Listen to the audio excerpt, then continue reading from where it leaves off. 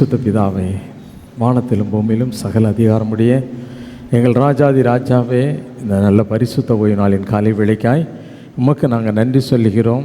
தேவருடைய சமூகத்திலே உம்முடைய ஆலயத்திலே நாங்கள் கடந்து வந்து தேவனாகிய கர்த்தரை ஆராதிக்கும்படியாய் எங்களுக்கு கொடுத்த ஆண்டவரே ஜீவன் சுகம் பலனுக்காக உமக்கு மீண்டும் நன்றி செலுத்துகிறோம்ப்பா.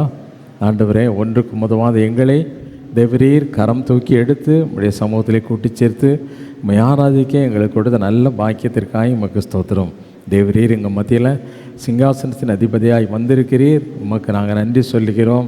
ஆண்டவரே, இந்த ஆராதனை ஒரு புத்தியுள்ள ஆராதனையாய் காணப்படட்டும். ஆவியோடும் உண்மையோடும் உம்மை ஆராதிக்க எங்கள் எல்லாருக்கும் கிருபை செய்யுங்க. முழு பலத்தோடு உம்மை துதிக்க எங்களுக்கு ஆண்டவரே உதவி செய்யும்படியாக ஜெபிக்கிறோம். பாடுகிற பாடல்களை உணர்ந்து பாட எங்களுக்கு உதவி செய்யுங்க. தேவரீர் எங்களோடு பேசுங்க, இடைப்படுங்க. பரிசுத்த ஆவியானவர் எங்களை பலப்படுத்துங்க. ஆண்டவரே, இந்த ஆராதனை உம்முடைய கரத்தில் ஒப்புக் கொடுக்கிறோம். ஆவியானவர் பொறுப்பேற்றுக் கொள்ளுங்க. இயேசுவின் நாமத்தில் ஜெபிக்கிறேன் பிதாவை, ஆமேன். உட்காரும். 1547 உன்னத பாடல்கள். உள்ளம் ஆனந்த கீனத்திலே வெள்ளமாகவே பாய்ந்திடுது என்ற பாடல்.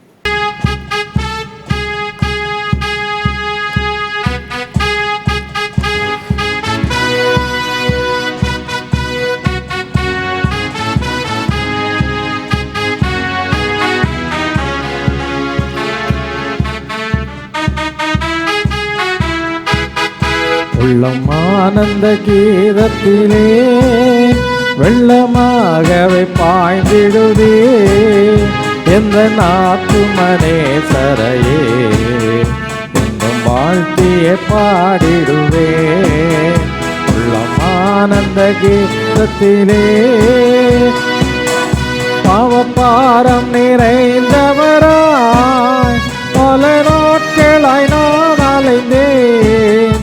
அந்த பாரத்திலும் வயலே எந்த பாரங்கள் சுமந்தவரே, பாவப்பாரம் நிறைந்தவனாய் பல நாட்களாய் நான் அலைந்தேன். அந்த பாரத்திலும் வயலே எந்த பாரங்கள் சுமந்தவரே. உள்ளம் ஆனந்த கீதத்திலே வெள்ளமாகவே பாய்ந்திடுதே, எந்த நாத்துமனே சரையே என்னும் வாழ்த்திய பாடிடுவே. உள்ளம் ஆனந்த கீதத்திலே மலை போன்றத சோதனையில் மகிபன் அவ கைவிடாரே. கல்வாரி நன்பினிலே அணைத்திடுவார். மலை போன்றத சோதனையில் மகிமன் அவ கைவிடாரே. கல்வாரி நன்பினிலே கனிவோடனை அணைத்திடுவார். உள்ளம் ஆனந்த கீதத்திலே வெள்ளமாகவே பாய்ந்திடுதே, எந்த நாத்துமனே சரையே என்னும் வாழ்த்திய பாடிடுவே. உள்ளம் ஆனந்த கீதத்திலே உலகம் முடியும் மறைக்கும் அந்த நான் இருப்பேன் என்றவர் வந்து மாறிடானே சரையே நம்பிடுவாய் துணையவரே. உலகம் முடியும் மறைக்கும் இருப்பேன் என்றவர் வந்து மாறிடானே சரையே நம்பிடுவாய் துணையவரே.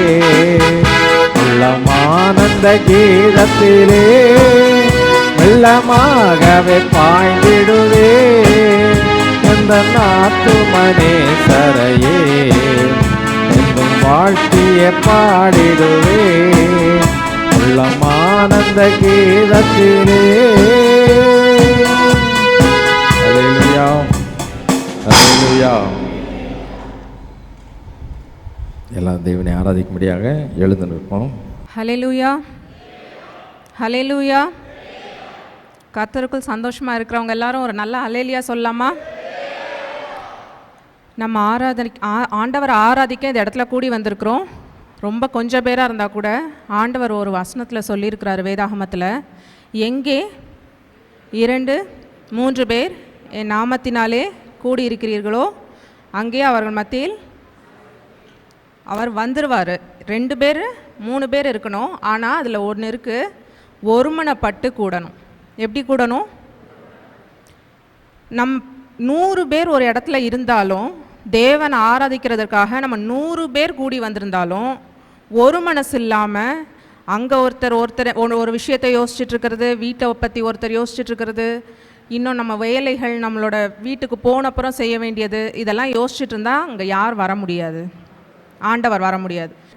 ஒருமனப்பட்டு நம் தேவனை ஆராதிக்கும் போது நாம் ஆராதிக்கிற இடத்துல தேவன் இறங்கி வருகிறார். ஹல்லேலூயா.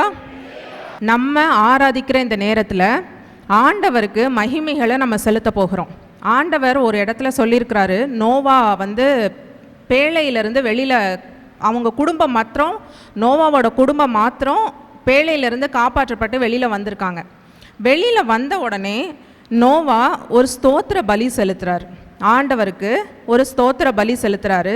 ஆண்டவர் அந்த வாசனையை முகர்ந்தார், சுகந்த வாசனையை முகர்ந்தார்னு போட்டிருக்கு. நம்ம ஆராதிக்கிற ஆராதனை ஆண்டவரோட சமூகத்தில் அதே மாதிரி என்னவா தான் போகுது, ஒரு சுகந்த வாசனையுள்ள ஆராதனையாக போய் சேரணும். அப்படி போய் சேரணும்னா நம்மளும் முழு மனதோடவும் முழு இருதயத்தோடவும் ஆராதிக்கணும். ஆராதிக்கலாமா? கொஞ்ச நேரம் எல்லாரும் உங்கள் கண்களை மூடுங்க. நம்ம இப்போ ஆண்டவரை ஆராதிக்க போகிற நேரம். ஏசப்பா இந்த இடத்துல கடந்து வந்திருக்கிறாங்க, பரிசுத்த ஆவியானவர் இந்த இடத்துல அசைவாடி கொண்டிருக்கிறார். அதை விசுவாசிக்கிறவங்க எல்லாரும் கண்களை மூடி தேவனை ஆராதிக்க ஆரம்பிப்போம்.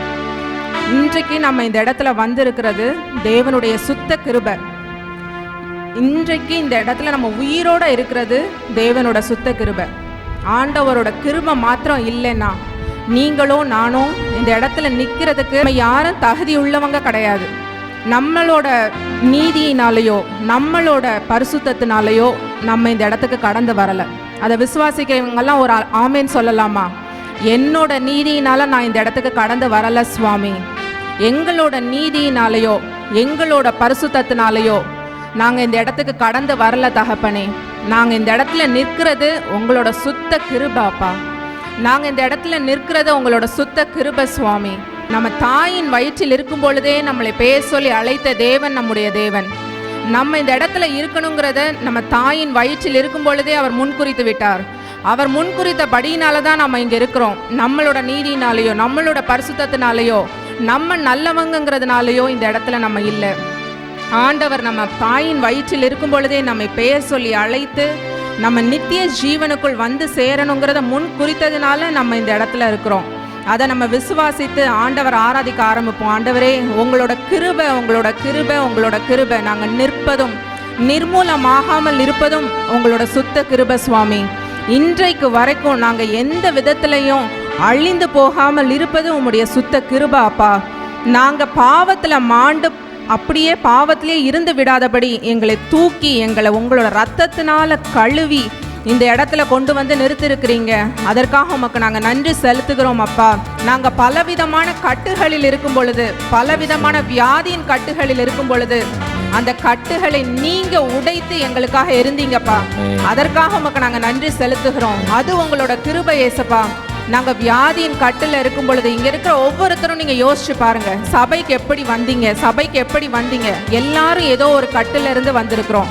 ஒரு வியாதி கட்டிலிருந்தோ இல்லை ஒரு பிசாசின் கட்டிலிருந்தோ விடுவிக்கப்பட்டு ஆண்டவர் அற்புதமாக நம்மளை சுகம் கொடுத்து கிருபையினால் நம்மளை தூக்கி எடுத்து இந்த இடத்துல இருக்கும்படி செய்திருக்கிறார். ஒருமனப்பட்டு எல்லாரும் ஆண்டவரை துதிப்போம். ஒருமனப்பட்டு எல்லாரும் ஆண்டவரை துதிப்போம். ஆண்டவரே, உங்கள் கிருபைக்காக நன்றி, உங்கள் கிருபைக்காக நன்றி சுவாமி. நீங்கள் எங்களுக்கு காட்டுகிற ஒவ்வொரு கிருபைக்காகவும் நன்றி. உங்களோட புதிய கிருபைகள் எப்பொழுதும் எங்களுக்கு இருந்து கொண்டே இருக்க வேண்டுமாய் ஜெபிக்கிறோம் அப்பா. நாங்கள் ஆராதிக்கிற இந்த நேரத்தில் உங்களோட கிருபையின் பிரசன்னம் இந்த இடத்தை நிரப்ப வேண்டுமாய் ஜெபிக்கிறோம் அப்பா. நாங்கள் சபையாராய் கூடி ஒருமனப்பட்டு ஆராதிக்கிற இந்த நேரத்தில் தாமே உம்முடைய கிருபையின் பிரசன்னம் இந்த இடத்துக்கு இறங்கி வர வேண்டுமாய் ஜெபிக்கிறோம் அப்பா. உங்க கிருபையின் பிரசன்னம் இந்த இடத்துல இறங்கி வரணும் சுவாமி. நாங்கள் நிற்பதும் நிர்மூலமாகாமல் இருப்பதும் உம்முடைய சுத்த கிருபை ராஜா. நாங்கள் நிற்பதும் நிர்மூலமாகாமல் இருப்பதும் உம்முடைய சுத்த கிருபை அப்பா. அப்பா, நீங்க உலகத்தை அழிக்கணும்னு மக்களோட பாவத்தினால அவங்களோட இந்த உலகத்தை அழிக்கணும்னு முடிவு பண்ணின போது நோவாவுக்கு மாத்திரம் உங்களோட கண்கள்ல கிருபை கிடைத்தது ராஜா. ஆனா எங்களுக்கு உங்களோட கிருபையை கொடுத்து இந்த இடத்துல அழைத்து கொண்டு வந்திருக்கிறீங்க. அதற்காக உமக்கு நாங்க நன்றி செலுத்துகிறோம். அதற்காக உமக்கு நாங்க நன்றி செலுத்துகிறோம் அப்பா. நீங்க எங்க கூட இருங்க. உங்க கிருபை எங்க கூட இருக்கட்டும். உங்க கிருபையினால எங்களை நிரப்புங்க. உங்க கிருபையினால எங்களை நிரப்புங்க சுவாமி. உங்க கிருபையின் பிரசன்னத்தினால எங்களை நிரப்புங்க அப்பா. கரங்களை தட்டலாமா?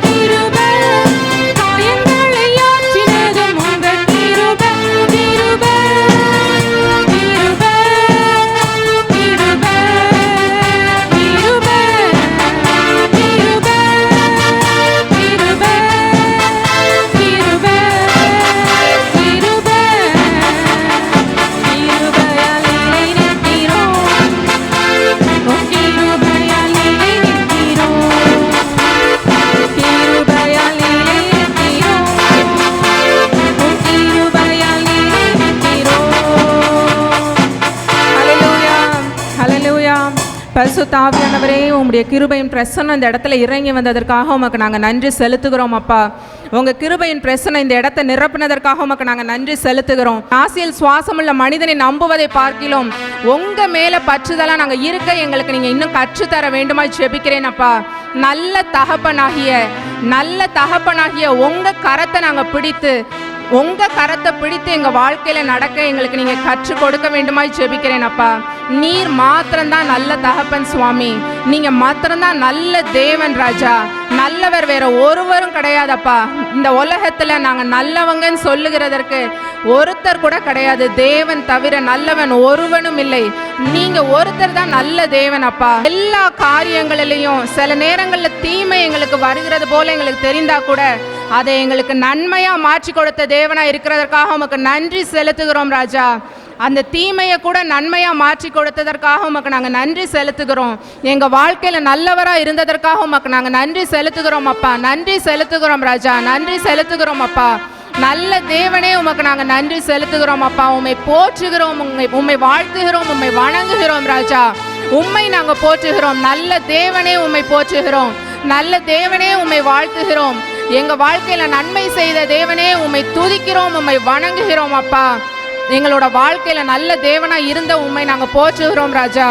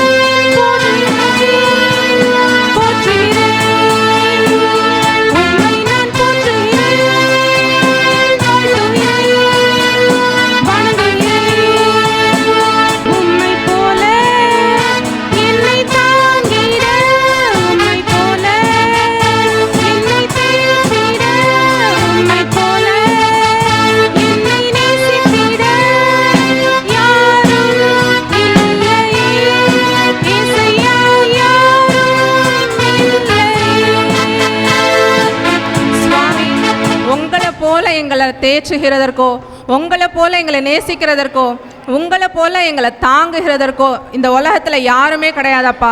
எங்களோட பாரங்கள் எல்லாவற்றையும் நாங்கள் இந்த சபைக்கு, நாங்கள் உங்களோட பாதத்திற்கு தூக்கி கொண்டு வந்திருக்கிற எல்லா பாரங்களையும், எல்லா கவலைகளையும், எல்லா ஏக்கங்களையும், எல்லா விருப்பங்களையும் உங்களோட பாதத்தில் நாங்கள் இறக்கி வைக்கிறோம் சுவாமி. உங்களோட பாதத்தில், உங்களோட புண்ணிய பாதத்தில் நாங்கள் இறக்கி வைக்கிறோம் அப்பா. நீங்கள் ஒருவர் மாத்திரம் எங்களை நேசித்து, எங்களை கரம் பிடித்து கடைசி வரைக்கும் எங்களை நீங்கள் வழி நடத்த வேண்டுமாய் ஜெபிக்கிறோம் அப்பா. கடைசி வரைக்கும், இறுதி நாள் மட்டும், நீங்கள் வருகிற நாள் மட்டும் எங்களை நீங்கள் வழி நடத்தி தாங்கி வழி நடத்த வேண்டுமாய் ஜெபிக்கிறோம்ப்பா. உங்களோட நேசம் மாத்திரம் எங்களுக்கு போதும். மனிதர்களோட எந்த அன்பு எங்களுக்கு வேண்டாம் சுவாமி. மனிதர்களை நாங்கள் நம்பி அன்பு செலுத்தி ஏமாந்தது போதும் சுவாமி. உங்களை நேசித்து கடைசி நாள் வரைக்கும் உங்கள் கரத்தை பிடித்து கொண்டு நானும் என் ஏசப்பாவும், நானும் என் தேவனும்னு நாங்கள் நடந்து செல்கிறதற்கு எங்களுக்கு நீங்கள் கிருபை பாராட்ட வேண்டுமாய் ஜெபிக்கிறேன் அப்பா. கிருபை பாராட்ட வேண்டுமாய் ஜெபிக்கிறேன் அப்பா. நீர் ஒருவர் மாத்திரமே மகிமைப்படவீராக. இயேசு என்கிற உம்முடைய நாம மாத்திரம் இந்த இடத்துல மகிமைப்பட வேண்டுமாய் ஜெபிக்கிறேன். இயேசு என்கிற நாம மாத்திரம் மகிமைப்பட வேண்டுமாய் ஜெபிக்கிறேன். உமக்கு நாங்கள் ஆராதனைகளை செலுத்துகிறோம் அப்பா. உமக்கு நாங்கள் மகிமைகளை செலுத்துகிறோம். உமக்கு நாங்கள் கணங்களை செலுத்துகிறோம் சுவாமி. இதுவரைக்கும் எங்களை வாக்குத்தத்தம் பண்ணினபடி நடத்தி வருகிற கிருபைக்காக உமக்கு நாங்கள் நன்றி செலுத்துகிறோம் அப்பா. எங்களுக்கு நீங்கள் கொடுத்த வாக்குத்தத்தங்களை நிறைவேற்றி இன்னைக்கு வரைக்கும் எங்களை நீங்கள் நடத்தி வருகிறீங்க. அதற்காக உமக்கு நன்றி செலுத்துகிறோம் அப்பா. நீங்கள் எங்களுக்கு கொடுத்துருக்கிற ஒவ்வொரு நல்ல வாக்குத்தத்தங்களுக்காக உமக்கு நாங்கள் நன்றி செலுத்துகிறோம் அப்பா. தொடர்ந்து எங்களை நீங்கள் வாக்குத்தத்தத்தின்படி நடத்த போகிற கிருபைக்காக உமக்கு நாங்கள் நன்றி செலுத்துகிறோம் ராஜா. உங்கள் கிருபைக்காக உமக்கு நாங்கள் நன்றி செலுத்துகிறோம் அப்பா. வாக்குத்தத்தத்தின் தேவனே உமக்கு நாங்கள் நன்றி செலுத்துகிறோம், உம்மை ஆராதிக்கிறோம், உமக்கு துதி பலிகளை செலுத்துகிறோம் அப்பா. தொடர்ந்து நீங்கள் எங்கள் கூடயே இருந்து எங்களை வழி நடத்த போகிற கிருபைக்காக உமக்கு நாங்கள் நன்றி செலுத்துகிறோம் சுவாமி. நீங்கள் இந்த இடத்துல இறங்கி வர வேண்டுமாய் ஜெபிக்கிறோம் அப்பா. ஜீவனுள்ள தேவனே நீங்கள் இந்த இடத்துல இறங்கி வாங்க. ஜீவ ஆவியானவரே இந்த இடத்துல நீங்கள் இறங்கி வாங்க.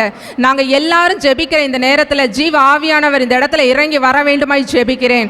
எல்லாரும் வாய்களை திறந்து சொல்லுங்க, ஆவியானவரே எங்கள் மேலே இறங்கி வாங்கப்பா. ஆவியானவரே இங்கே இந்த இடத்துல இறங்கி வாங்க. ஆவியானவர் இல்லாமல் நம்ம ஒரு ஆராதனை செய்தால் அந்த ஆராதனை வீணா இருக்கும். பரிசுத்த ஆவியானவரே இங்கே இருக்கிற ஒவ்வொருவர் மேலேயும் நீங்கள் இறங்கி வர வேண்டுமாய் ஜெபிக்கிறேன். ஆவியானவர் இந்த இடத்துக்கு இறங்கி வர வேண்டுமாய் ஜெபிக்கிறேன். பரிசுத்த ஆவியானவரே நீங்கள் இந்த இடத்துல அசைவாடுங்கப்பா. ஒவ்வொருத்தரோட இடைப்படுங்க சுவாமி. இருதய கண்களை திறங்க. ஒவ்வொருத்தரோட இருதய கண்களையும் நீங்கள் திறக்க வேண்டுமாய் ஜெபிக்கிறேன். ஆவியின் கண்களை நீங்கள் திறக்க வேண்டுமாய் ஜெபிக்கிறேன். நாங்கள் ஒவ்வொருத்தரும் உங்களை பார்க்க நீங்கள் எங்களுக்கு திரும்ப தர வேண்டுமாய் ஜெபிக்கிறேன் அப்பா.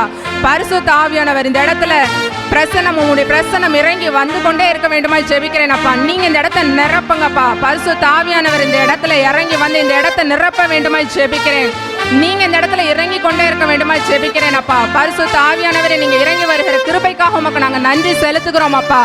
யார் ஒருத்தர் தாகமா இருக்கிறோமோ அவங்க தாகமா இருக்கிறவங்க மேல அவர் தம்முடைய ஜீவ தண்ணீரை ஊற்றுகிறவராய் இருக்கிறார். பரிசுத்த ஆவியானவர் ஜீவ தண்ணீரை தாகம் உள்ளவன் மேல் ஊற்றுவேன் என்று சொல்லுகிறார். நம்ம தாகத்தோட ஆண்டவரே என் மேல ஊற்றுங்கப்பா, ஜீவ தண்ணீரை மேல ஊற்றுங்க அப்படின்னு கேட்போமானால் ஜீவ ஆவியானவர் இந்த இடத்துல இறங்கி வருகிற தேவனாய் இருக்கிறார். ஜீவ ஆவியானவரே நீங்க எங்க இடத்துல எங்களை நிரப்புகிற கிருபைக்காக உமக்கு நாங்க நன்றி செலுத்துகிறோம் சுவாமி. நீங்க எங்களை நிரப்புகிற கிருபைக்காக உமக்கு நாங்க நன்றி செலுத்துகிறோம். ஜீவ தண்ணீரே நீங்க எங்க மேல நீங்க ஊற்றப்படுகிற கிருபைக்காக உமக்கு நாங்க நன்றி செலுத்துகிறோம். தாகமுள்ள ஒவ்வொருத்தரையும் நீங்க நிரப்புகிற கிருபைக்காக உமக்கு நாங்க நன்றி செலுத்துகிறோம் சுவாமி. கரங்களை தட்டி இந்த பாடல் எல்லாரும் பாட வேண்டுமா?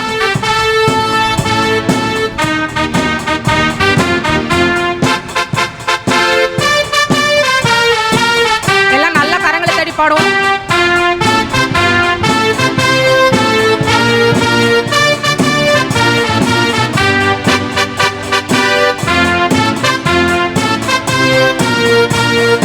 ஜீவனுள்ள தேவனே வரும், ஜீவ பாதையிலே நடத்தும். ஜீவனுள்ள தேவனே வரும், ஜீவ பாதையிலே நடத்தும். ஜீவ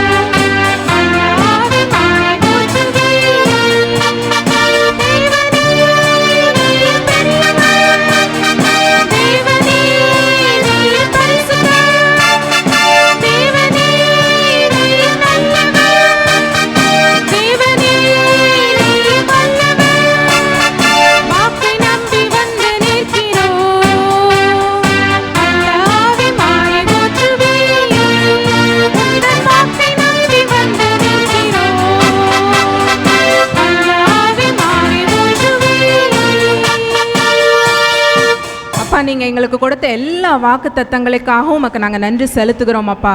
ஜீவ தண்ணீராகிய ஆவியானவர் எங்கள் மத்தியில் பலமாக இறங்கி கிரியை செய்த கிருபைக்காக உமக்கு நாங்கள் நன்றி செலுத்துகிறோம் அப்பா. இந்த ஆராதனை வேளையில் உங்களை நாங்கள் பரிசுத்த ஆவியானவரை உணர்றதற்கு நீங்கள் எங்களுக்கு கொடுத்த நல்ல கிருபைக்காக உமக்கு நாங்கள் நன்றி செலுத்துகிறோம் தகப்பனே.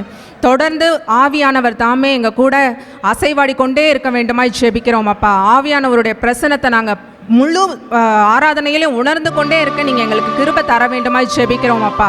ஆவியானவர் அசைவாடி கொண்டே இருங்கப்பா. எங்களோட மன கண்களை நீங்கள் திறங்க சுவாமி. உம்முடைய அதிசயங்களை காண்கிறதற்கு எங்களோட மனக்கண்களை நீங்கள் திறக்க வேண்டுமாய் ஜெபிக்கிறோம் அப்பா. உமக்கு நாங்கள் எல்லா மகிமைகளையும் செலுத்துகிறோம் சுவாமி. நீங்கள் இறங்கி வந்த கிருபைக்காக உமக்கு நாங்கள் பணிந்து நன்றி செலுத்துகிறோம் அப்பா. எங்களை முழுவதுமாக உங்கள் பாதத்தில் தாழ்த்துகிறோம் தகப்பனே. உங்கள் கிருபைக்காக உங்கள் இரக்கத்திற்காக நாங்கள் உமக்கு நன்றி செலுத்துகிறோம் அப்பா. நீங்கள் எங்களுக்கு நல்லவராக இருந்ததற்காக உமக்கு நாங்கள் நன்றி செலுத்துகிறோம் அப்பா. ஜீவ தண்ணீராகிய ஆவியானவர் இங்கே இறங்கி வந்த கிருபைக்காக உமக்கு நாங்கள் நன்றி செலுத்துகிறோம் அப்பா. உமக்கு நாங்கள் மகிமைகளை செலுத்துகிறோம். உமக்கு நாங்கள் கணங்களை செலுத்துகிறோம். உமக்கு நாங்கள் துதிகளையும் ஆராதனை பலிகளையும் ஏறெடுக்கிறோம் அப்பா. அந்த சுகந்த வாசனை நீங்கள் முகர்ந்து கொண்டே இருக்கிறதற்காக உமக்கு நாங்கள் நன்றி செலுத்துகிறோம் அப்பா. எங்கள் எல்லாரையும் உங்களோட பாதத்தில் நாங்கள் தாழ்த்தி தருகிறோம். தொடர்ந்து ஆவியானவர் எங்கள் மத்தியில் அசைவாடி கொண்டே இருங்க. உங்கள் கிருபைக்காக நாங்கள் நன்றி செலுத்துகிறோம். துதி கன மகிமை எல்லாவற்றையும் உமக்கே செலுத்துகிறோம். இயேசுவின் நாமத்தில் வேண்டிக் கொள்கிறோம் ஜீவனுள்ள பரலோக பிதாவே, ஆமென். அவர் நின்றவண்ணமாக சங்கீதம் 83 1 முதல் 18 வசனம் முடிய மாறி மாறி வாசிப்போம். தேவனே மௌனமாயிராதேயும், பேசாமல் இராதேயும், தேவனே சும்மா இராதேயும். இதோ உம்முடைய சத்துருக்கள் கொந்தளித்து உம்முடைய பகைங்க தலை எடுக்கிறார்கள். உமது ஜனத்துக்கு விரோதமாக உபாய தந்திரங்களை யோசித்து உமது மறைவில் இருக்கிறவர்களுக்கு விரோதமாக ஆலோசனை பண்ணுகிறார்கள். அவர்கள் இனி ஒரு ஜாதியாராய் இராமலும் இஸ்ரவேலின் பேர் இனி நினைக்கப்படாமலும் போவதற்காக அவர்களை அதம் பண்ணுவோம் வாருங்கள் என்கிறார்கள்.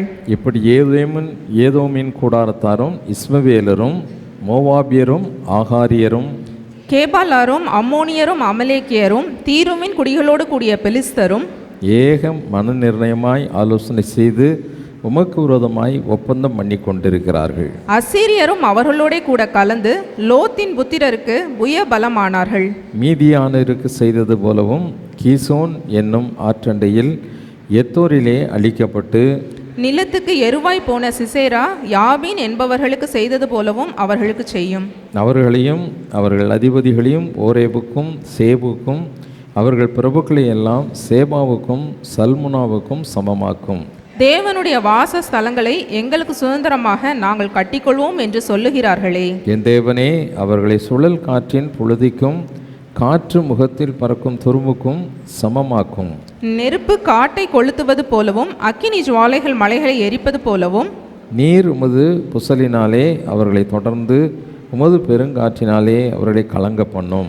கர்த்தாவே, அவர்கள் உமது நாமத்தை தேடும்படிக்கு அவர்கள் முகங்களை அவமானத்தாலே மூடும். யெகோவா என்னும் நாமத்தையுடைய தேவரீர் ஒருவரே பூமி அனைத்தின் மேலும் உன்னதமானவர் என்று மனுஷர் உணரும்படி அவர்கள் என்றைக்கும் வெட்கி கலங்கி நாணமடைந்து அழிந்து போவார்களாக. பிதாவுக்கும் குமாரனுக்கும் பரிசுத்தாவுக்கும் மேம்படாதாக ஆமென். அருமுழங்கால் படிட்டு கர்த்தருடைய ஜெபத்தை சொல்லுவோம்.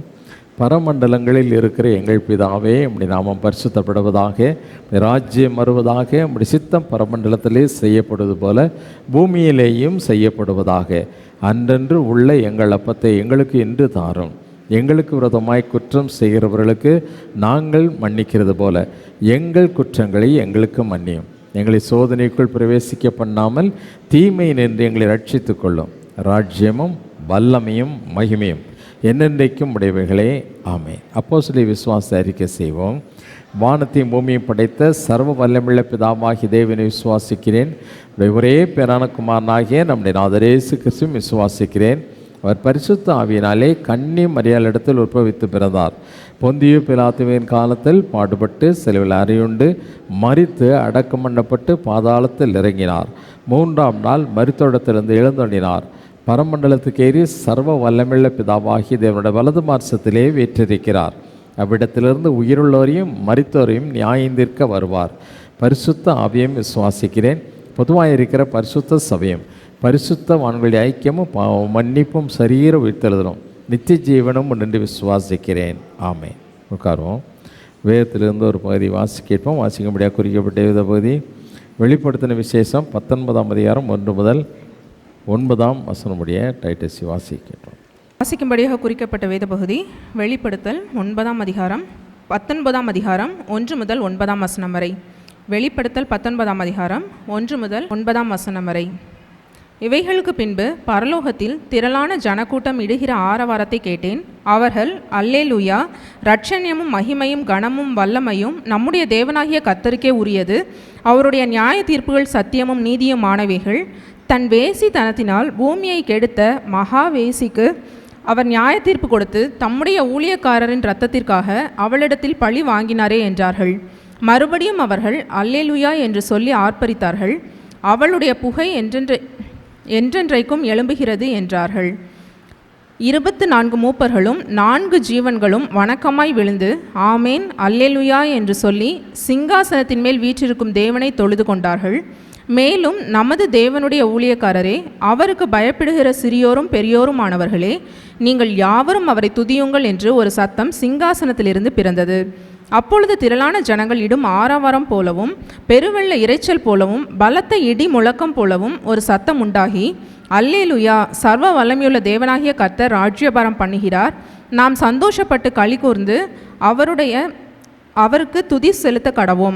ஆட்டுக்குட்டியானவருடைய கல்யாணம் வந்தது, அவருடைய மனைவி தன்னை ஆயத்தம் பண்ணினாள் என்று சொல்ல கேட்டேன்.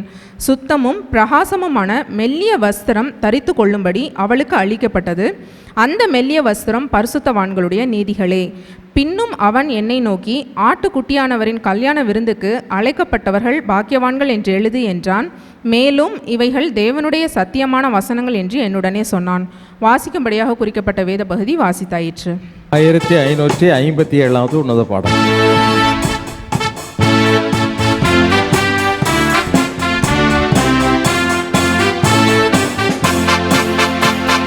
சிலுவையின் நிழலில் அனுதினம் அடியான் சாய்ந்தேளை பாரிடுவேன்.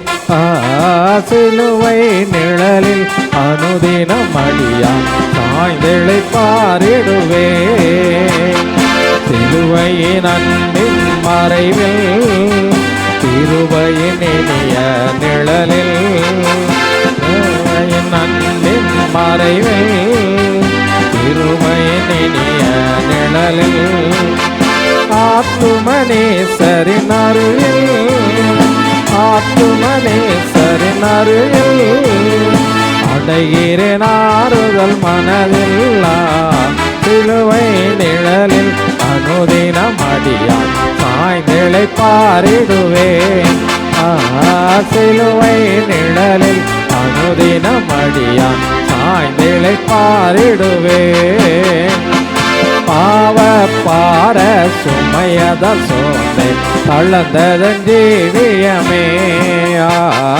பாவ பார சுமையத சோர்ந்தே தளர்ந்ததன் ஜீவியமே. சிலுவை அண்டை வந்ததினா சிறந்த சந்தோஷம் கண்டதினா.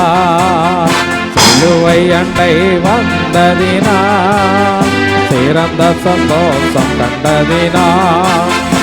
இளைப்படையாது மேலோகம் இளைப்படையாது மேலோகம் எய்யுவேன் பறந்தே வேகம்மா. சிலுவை நிழலில் அனுதினம் அடியான் சாய்ந்தேளை பாரிடுவேன். சிலுவை நிழலில் அனுதினம் அடியான் சாய்ந்தேளை பாரிடுவேன். எவ்வித கொடிய இடருக்கும் மஞ்சே இயேசுவை சார்ந்து நிற்பேன். எவ்வித கொடிய இடருக்கும் மஞ்சே இயேசுவை சார்ந்து நிற்பேன். அவனில் வியாகுலம் வந்தார், அவரையே நான் அண்டிக் கொண்டான். அவனில் வியாகுலம் வந்தார், அவரையே நான் அண்டிக் கொண்டான். மலை மிக மோதிடுமன்னால் மலை மிக மோதிடுமன்னால் ஆறுதல் அளிப்பதாய் சொன்னாரா, சிலுவை நிழலில் அனுதினம் அடியான் சாய்ந்திழைப்பாரிடுவேன்.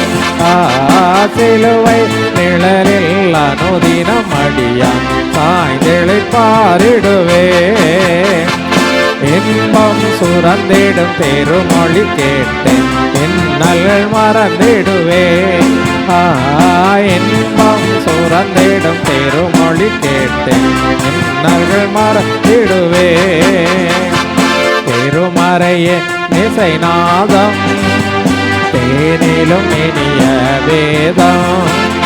திருமசையின் இசைநாதம், தேனிலும் இனிய வேதம். தரும் எனக்கனந்த சந்தோஷம், தரும் எனக்கனந்த சந்தோஷம். தீர்க்குமே இதயத்தின் தோஷம்.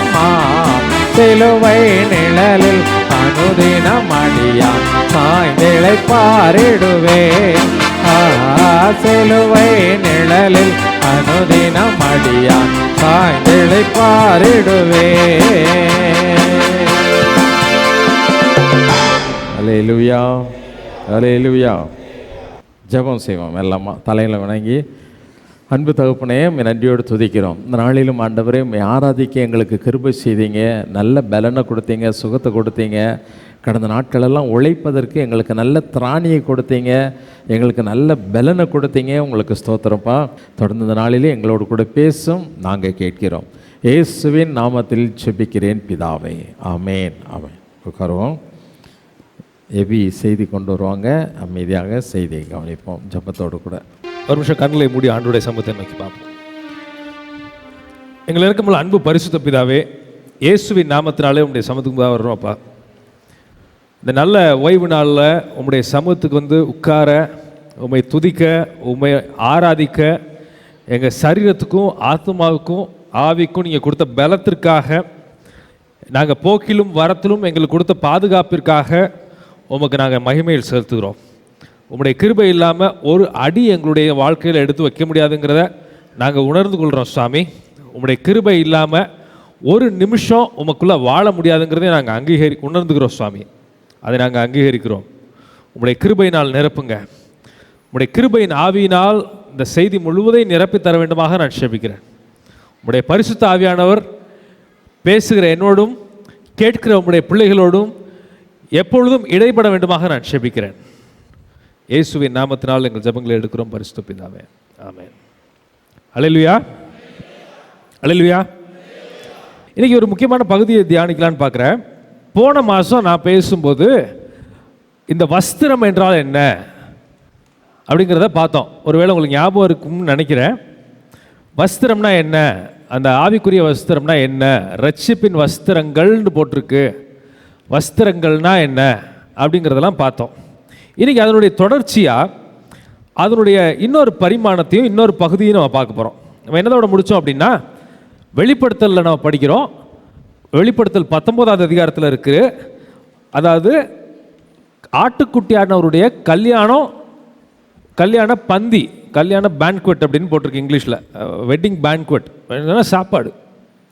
அந்த கல்யாணத்துக்கு முக்கியத்துவம் இருக்குது இல்லைன்னு சொல்ல, அதற்கு ஈக்குவலாக அதற்கு நிகரான ஒரு முக்கியத்துவத்தை எதுக்கு கொடுத்துருக்காங்கன்னு பார்த்தீங்கன்னா, கல்யாண விருந்துக்கு கொடுத்துருப்பாங்க.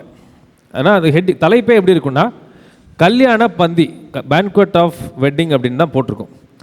ஒருவேளை நீங்கள் புதுசாக சில பேர் வந்திருப்பீங்க. புதுசாக வந்தவங்களுக்கு ஒருவேளை புரியலைன்னா கூட முடிஞ்ச அளவுக்கு யோசித்து முடிஞ்ச அளவுக்கு அதை உள்வாங்கிக்கங்க. ஏன்னா நம்ம பேசுகிறது ஆவிக்குரிய சத்தியமாக இருக்கிறபடினால உங்களுக்கு புரியாட்டினா கூட ஏதோ ஒரு வசனம் உங்ககிட்ட பேசும். எல்லா வசனமும் உங்ககிட்ட பேசுமான்னு எனக்கு தெரியாது. ஏதோ உங்கள் வாழ்க்கைக்கு தேவைப்பட்ட ஒரு வசனத்தை வச்சு ஆண்டவர் பேசுவார். எனக்கு புரிய மாட்டேங்குதே, என்னது கல்யாண பந்தினா ஆட்டுக்குட்டிக்கு கல்யாணம் வைப்பாங்களா அப்படின்னு நீங்கள் யோசிக்கக்கூடாது. இது பைபிள் நம்மளுக்கு புரிஞ்சால் இன்னும் கொஞ்சம் நல்லா புரியும். புரியாட்டினா கூட பரவாயில்ல, ஒரு சில வசனங்களை கொண்டாகிலும் கர்த்தர் உங்ககிட்ட கட்டாயமாக பேசுவார். ஆட்டுக்குட்டி ஆனவருடைய கல்யாண பந்தி அப்படிங்கிறத போட்டுருக்கு. அந்த கல்யாண சாப்பாடுக்கு ரொம்ப முக்கியத்துவம் கொடுத்துருக்கு. ஏன்னா வசனம் சொல்லும், கல்யாண விருந்திற்கு அழைக்கப்பட்டவர்கள் பாக்கியவான்கள், மெய்யாகவே பாக்கியவான்கள்னு போட்டிருக்கு. இதுக்கு போகிறதுக்கு முன்னாடி ஒரு சின்ன ஒரு இன்ட்ரோடக்ஷன், ஒரு முன்னுரை கொடுத்துட்டு அதுக்குள்ளே போகலான்னு பார்க்குறேன். அநேக மதங்கள் உலகத்தில் இருக்குது. இதை நான் போன வாட்டியும் பேசினேன். இது ரொம்ப முக்கியத்துவம் வாய்ந்தது, அதனால தான் நான் திரும்ப சொல்கிறேன். அநேக மதங்களும் மத நம்பிக்கைகளும் இருக்குது. அதில் மூட நம்பிக்கை இருக்குது, எல்லாம் நிறைய நம்பிக்கைகள் இருக்குது. இது எல்லாம் என்ன சொல்லும் அப்படின்னு கேட்டிங்கன்னா, என்ன நீங்கள் பண்ணினீங்கன்னா பரலோகத்துக்கு போகலாம் அப்படிங்கிறத அத்தனை மதமும் ஒரு கதையை சொல்லும், மாற்று கருத்தே இல்லை. நீங்கள் என்ன பண்ணீங்கன்னா அந்த பரலோகத்துக்கு போகலாம், மோட்சத்துக்கு போகலாம், முக்தி அடையலாம், என்ன பண்ணால் சாந்தி அடையலாம் அப்படிங்கிற வழிமுறைகளை எல்லா மதமும் சொல்லும். பாரபட்சமே இல்லாமல் எல்லா நாட்டில் இருக்க மதமும் எல்லா காலத்தில் உருவான மதமும் இதை சொல்லும். இதை நீங்கள் செஞ்சீங்கன்னா நீங்கள் போவீங்க, இதை செய்யலைன்னா நீங்கள் போக மாட்டீங்க. இதுதான் உலகத்தில் மனுஷன் உருவாக்குன அத்தனை மதத்தினுடைய ஃபவுண்டேஷனாக இருக்கும். அடித்தளமே இதாக தான் இருக்கும். ஒருவேளை இந்த நற்கிரியை பண்ணீங்கன்னா நீங்கள் போவீங்க. இன்னொரு மதம் சொல்லும், நற்கிரியையும் துர்க்கிரியையும் நீங்கள் வச்சு பார்க்கும்போது நற்கிரியை ஜாஸ்தியாக இருக்குது, துர்க்கிரியை அதை விட கம்மியாக இருக்க பட்சத்தில் இது ரெண்டுக்கும் ஜாஸ்தி எது இருக்குங்கிறத பார்த்து கடவுள் உங்களை அங்கே அனுப்புவார். ஒருவேளை ஒரு மனுஷன் நற்கிரியை ஜாஸ்தியாக பண்ணி அவனுடைய வாழ்க்கையில் செஞ்ச தீமையை விட நன்மை ஜாஸ்தியாக பண்ணியிருந்தா பரலோகத்துக்கு அனுப்புவார். ஒருவேளை அவனுடைய தீய அதென்ன சொல்கிறது, தீய காரியங்கள் அவனுடைய லைஃப்பில் ஜாஸ்தியாக இருக்குது, பாவம் ஜாஸ்தியாக இருக்குது, அவன் செஞ்ச நற்கிரியை கம்மியாக இருக்குது அப்படிங்கிற பட்சத்தில் அவன் நரகத்துக்கு அனுப்புவார். இப்படிலாம் நிறைய நம்பிக்கைகள் உலகத்தில் இருக்குது. இயேசு கிறிஸ்து அதை சொல்லவே இல்லை. அதுக்கு ஒரு உதாரணம் சொல்கிறேன். சமீபத்தில் ஒரு மாதத்துக்கு முன்னாடி உலகத்தில் முதல் பணக்காரரான பில்லியனர்ஸ்ன்னு சொல்லுவாங்க, அதையும் தாண்டி ட்ரில்லியனர் ஆனார் அப்படின்ட்டு ஒரு நியூஸ் வந்தது. இலான் மஸ்க் அப்படின்ட்டு ஒரு பெரிய செல்வந்தர், பெரிய தொழிலதிபர், அவர் ட்ரில்லியனர், உலகத்தில் ட்ரில்லியனர் ஆனார் அப்படின்ட்டு ஒரு செய்தி பரவலாய் வந்துச்சு. ஒரு ட்ரில்லியனர்னால் என்ன அப்படின்னு பார்த்தீங்கன்னா, நம்ம இந்திய நாட்டு மதிப்பில் அப்ராக்சிமேட்லி $1 அமெரிக்காவில் யூஸ் பண்ணுற டாலரில் $1 trillion மதிப்பு, சொத்து மதிப்பு அவருக்கு இருந்ததுன்னா, நம்மளுடைய இந்திய நாட்டு ரூபாயின் மதிப்பின்படி ஓரளவுக்கு 96 லட்சம் கோடி, 1 கோடி, 2 கோடி, 1000 கோடி, 10,000 கோடி, 1 லட்சம் கோடின்னு சொல்கிறாங்கல்ல, அப்படி 96 லட்சம் கோடி அவர்கிட்ட இருக்கான். அவர் தான் உலகத்தில் இருக்க பெரிய பணக்காரர், அவருடைய ஷேர் வேல்யூலாம் ரொம்ப கூட்டுனுச்சு அப்படின்னு சொல்லி ஒரு செய்தி பரவலாய் வந்தது. இப்போ இந்த மாதிரி 10 மடங்கு பணக்காரராக ஒரு மனுஷன் இருக்காருன்னு வச்சுக்குவோம். இது ஒரு கதை, அவரை சொல்லிவிட்டு ஒரு கதையை சொல்கிறேன். இலான் மஸ்க் மாதிரி 10 மடங்கு பெரிய பணக்காரர் ஒரு உலகத்தில் ஒரு மனுஷன் இருக்காருன்னு வச்சுக்குவோம். அந்த மனுஷனுக்கு ஒரே ஒரு பையன் இருக்கார். அவர் குழந்தைங்களே கிடையாது, ஒரே ஒரு பையன்தான். அந்த பையன் விபத்தில் இறந்துடுறார், விபத்தில் கொல்லப்படுறாரு. இது கதை, இதை ஏன் சொல்கிறேங்கிறது அப்புறம் சொல்கிறேன். விபத்தில் இறந்துடுறாரு. ஒருவேளை நீங்கள் கேள்விப்பட்டிருப்பீங்க, ஒரு விபத்துலையோ ஒரு மனுஷன் இறந்த மனுஷன்ட்ட இருந்து அவருடைய உறுப்புகளை தானம் பண்ணா, ஒரு கண்களோ இல்லாட்டி அவங்களுடைய இருதயமோ இல்லாட்டி லங்ஸோ கிட்னியோ ஈரலோ இந்த மாதிரி நிறைய விஷயங்கள் எடுத்து தானம் பண்ணலாம். அந்த மாதிரி தானம் பண்ணுற பட்சத்தில் 5 உயிர்களை பாதுகாக்கலாம். கண்ணு தெரியாதவங்களுக்கு கண்ணு கிடைக்கும், பார்வை இல்லாதவங்களுக்கு பார்வை கிடைக்கும், ஹார்ட் ஃபெயிலியர் ஆகி மிஷினில் ஓடிக்கிட்டு இருக்கவங்களுக்கு புது ஒரு வாழ்க்கை கிடைக்கும், கிட்னி ஃபெயிலியர் ஆனவங்களுக்கு புதுசாக ஒரு வாழ்க்கை கிடைக்கும். இந்த மாதிரி 4லேருந்து 5-6 பேரை காப்பாற்றலாம் அப்படின்னு சொல்கிறாங்க. இந்த மனுஷன், இந்த உலகத்தில் இருக்க பெரிய பணக்காரர் என்ன செய்கிறாரு, பையன் இறந்துட்டாரு, இறந்த ஒருத்தருக்கு ஹார்ட்டு, இன்னொருத்தருக்கு கிட்னி, ஒருத்தருக்கு கண்ணு, இப்படிலாம் கொடுத்து 5 பேரை வாழ வச்சிடுறாரு. புரியுதா நான் சொல்கிற கதை? 5 பேர் இவரால், இவருடைய மகன் மரித்ததுனால வாழ்கிறாங்க. இவன் ஒருத்தர் யோசிக்கிறார், அவர்கிட்ட இருந்து ஹார்ட்டை வாங்கின ஆள், இந்த ஆள் எவ்வளோ பேர் நல்ல மனுஷன், என்னுடைய ஹார்ட்டு நான் இன்றைக்கி உயிரோடு இருக்கிறதுக்கு இந்த மனுஷனுடைய மகன் மரித்ததுனால தான் நான் உயிரோடு இருக்கேன், மரித்த அந்த இருதயத்தை எனக்கு தானமாக இந்த அப்பா கொடுத்தாரு, இவருக்கு நான் நேர்த்தி கடனாக நான் ஒன்று செய்ய போகிறேன் அப்படின்னு சொல்லிட்டு, நீங்கள் கொடுத்த ஹார்ட்டுக்கு விலை நான் ஒன்று கொடுக்குறேன் உங்களுக்கு. இவர் ஒரு சாதாரண ஆள். அவங்க அப்பா யார்? மரித்தவருடைய அப்பா யார்? உலகத்தில் இருக்க மிகப்பெரிய பணக்காரர். இலான் மஸ்க் மாதிரி ஒரு 10 மடங்கு பணக்காரன்னு வச்சுக்கோமே, இந்த மனுஷனுக்கு நான் திரும்ப ஒன்று செய்ய போகிறேன். இவருடைய பையன் கொடுத்த உயிர்னால, அந்த உறுப்புனால தான் நான் இன்னைக்கு உயிரை வாழ்கிறேன். இதுக்கு மாற்றாக நான் கைமாற்ற நான் இன்னொன்று கொடுக்க போகிறேன் அப்படின்னு சொல்லிட்டு கஷ்டப்பட்டு சேர்த்து வச்சுருந்த 5000 ரூபா எடுத்துகிட்டு போய் இந்த உலகத்தில் இருக்க பணக்காரர்கிட்ட போய், உங்கள் பையனுடைய ஹார்ட்னால தான் நான் வாழ்கிறேன், அதற்கு பணமாக 5000 ரூபாயை வச்சுக்கங்கன்னு கொடுக்குறாரு. எப்படி இருக்கும் அவங்க அப்பாவுக்கு? அது சொல்கிறது புரியுதா? அவர் உலகத்தில் இருக்க பெரிய பணக்காரரு, அவருடைய ஒரே பையன், அத்தனை பணத்துக்கும் ஒரே அதிகாரி அவருடைய பையன்தான். அவர் இறந்துடுறாரு. அவர்கிட்ட இருந்து ஒரு உறுப்பு எடுத்து காப்பாற்றப்பட்ட ஒரு மனுஷன் இவன் என்ன யோசிக்கிறான், அவர் உயிரை கொடுத்து காப்பாற்றினாரு, நான் அவர் செஞ்சதுக்கு நான் திரும்ப ஒன்று செஞ்சு அந்த கணக்கை முடிக்க போகிறேன்.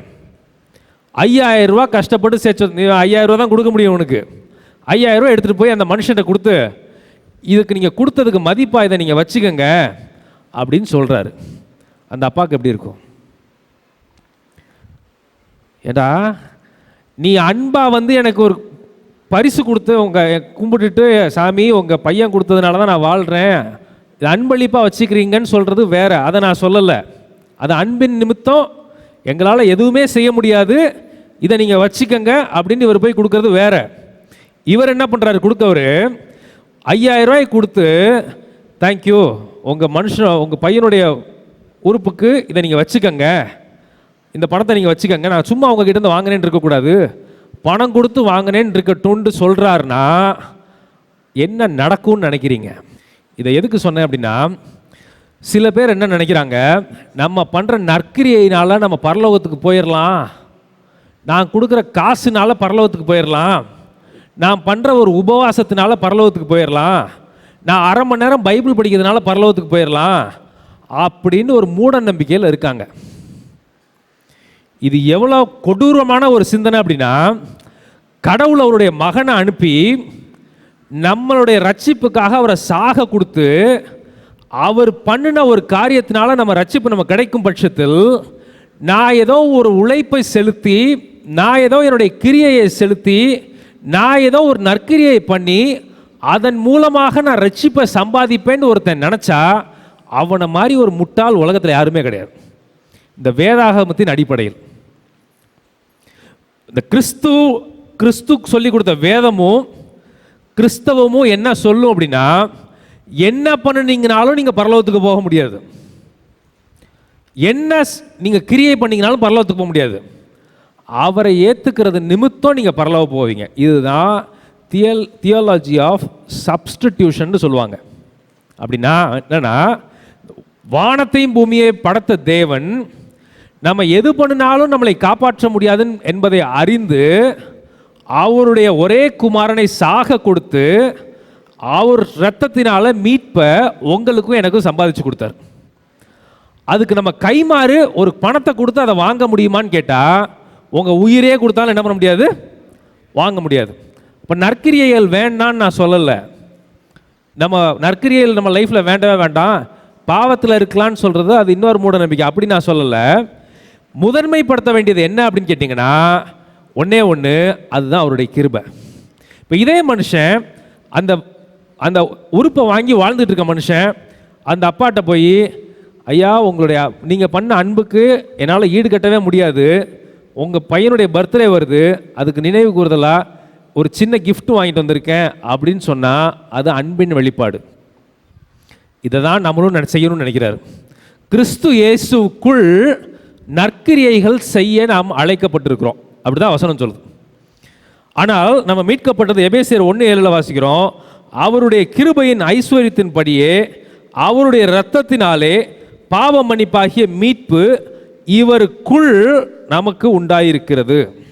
நம்ம பண்ணுற நற்கிரியை, நம்மளுக்கு செய்கிற உதவிகள், இன்னொருத்தவங்களுக்கு ஆண்டவருக்கு நம்ம வந்து கொடுக்கறது, நம்ம ஜெபிக்கிறது, இது எல்லாமே கிறிஸ்து இயேசுக்குள் நற்கிரியைகள் பண்ண நாம் அழைக்கப்பட்டிருக்கிறோம்.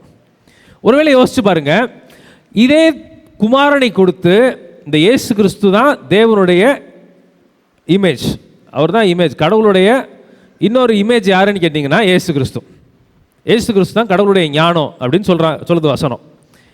இந்த இயேசு கிறிஸ்துக்கு இணையா பிதா நம்மளை என்ன பண்ணுறாரு? நேசிக்கிறார். அதனால தான் இயேசு கிறிஸ்துவையே அனுப்பி நேசித்தார். அதான் நீங்கள் யோவான் 1:1 பார்ப்பீங்க. ஆதியிலே வார்த்தை இருந்தது, அந்த வார்த்தை தேவனிடத்தில் இருந்தது, அந்த வார்த்தை தேவனாக இருந்துச்சு. இதை எங்கேருந்து யோவான் எழுதுறாருன்னு பார்த்தீங்கன்னா, ஆதியாகமம் 1ஆம் அதிகாரம் 1வது வருஷத்தில் நீங்கள் பார்ப்பீங்க. ஆதியிலே தேவன் வானத்தையும் பூமியும் சிருஷ்டித்தார். இந்த 2 வசனமும் ஒரே மீனிங் உள்ள வசனம். ஆதியிலே தேவன் சிருஷ்டித்தார்னு சொன்னது யாருன்னு பார்த்தீங்கன்னா பிதா கிடையாது. ஆதியிலே இயேசு கிறிஸ்துவின் மூலமாய் வானமும் பூமியும் சிருஷ்டிக்கப்பட்டது.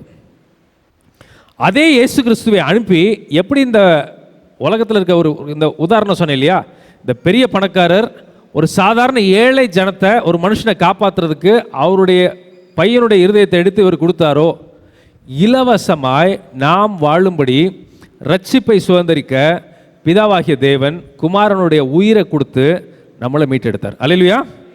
இதுதான் இந்த பைபிளுடைய ஃபவுண்டேஷன். என்ன பண்ணிங்கனாலும் ரட்சிப்பை நீங்கள் அடைய முடியாது. இயேசு கிறிஸ்து அவர் சிந்தின இரத்தத்தை, அவர் செஞ்ச தியாகத்தை நம்ம நம்பி ஏற்றுக்கும் போது அப்போ ரட்சிப்புங்கிற அனுபவத்துக்கு நம்ம வரோம்.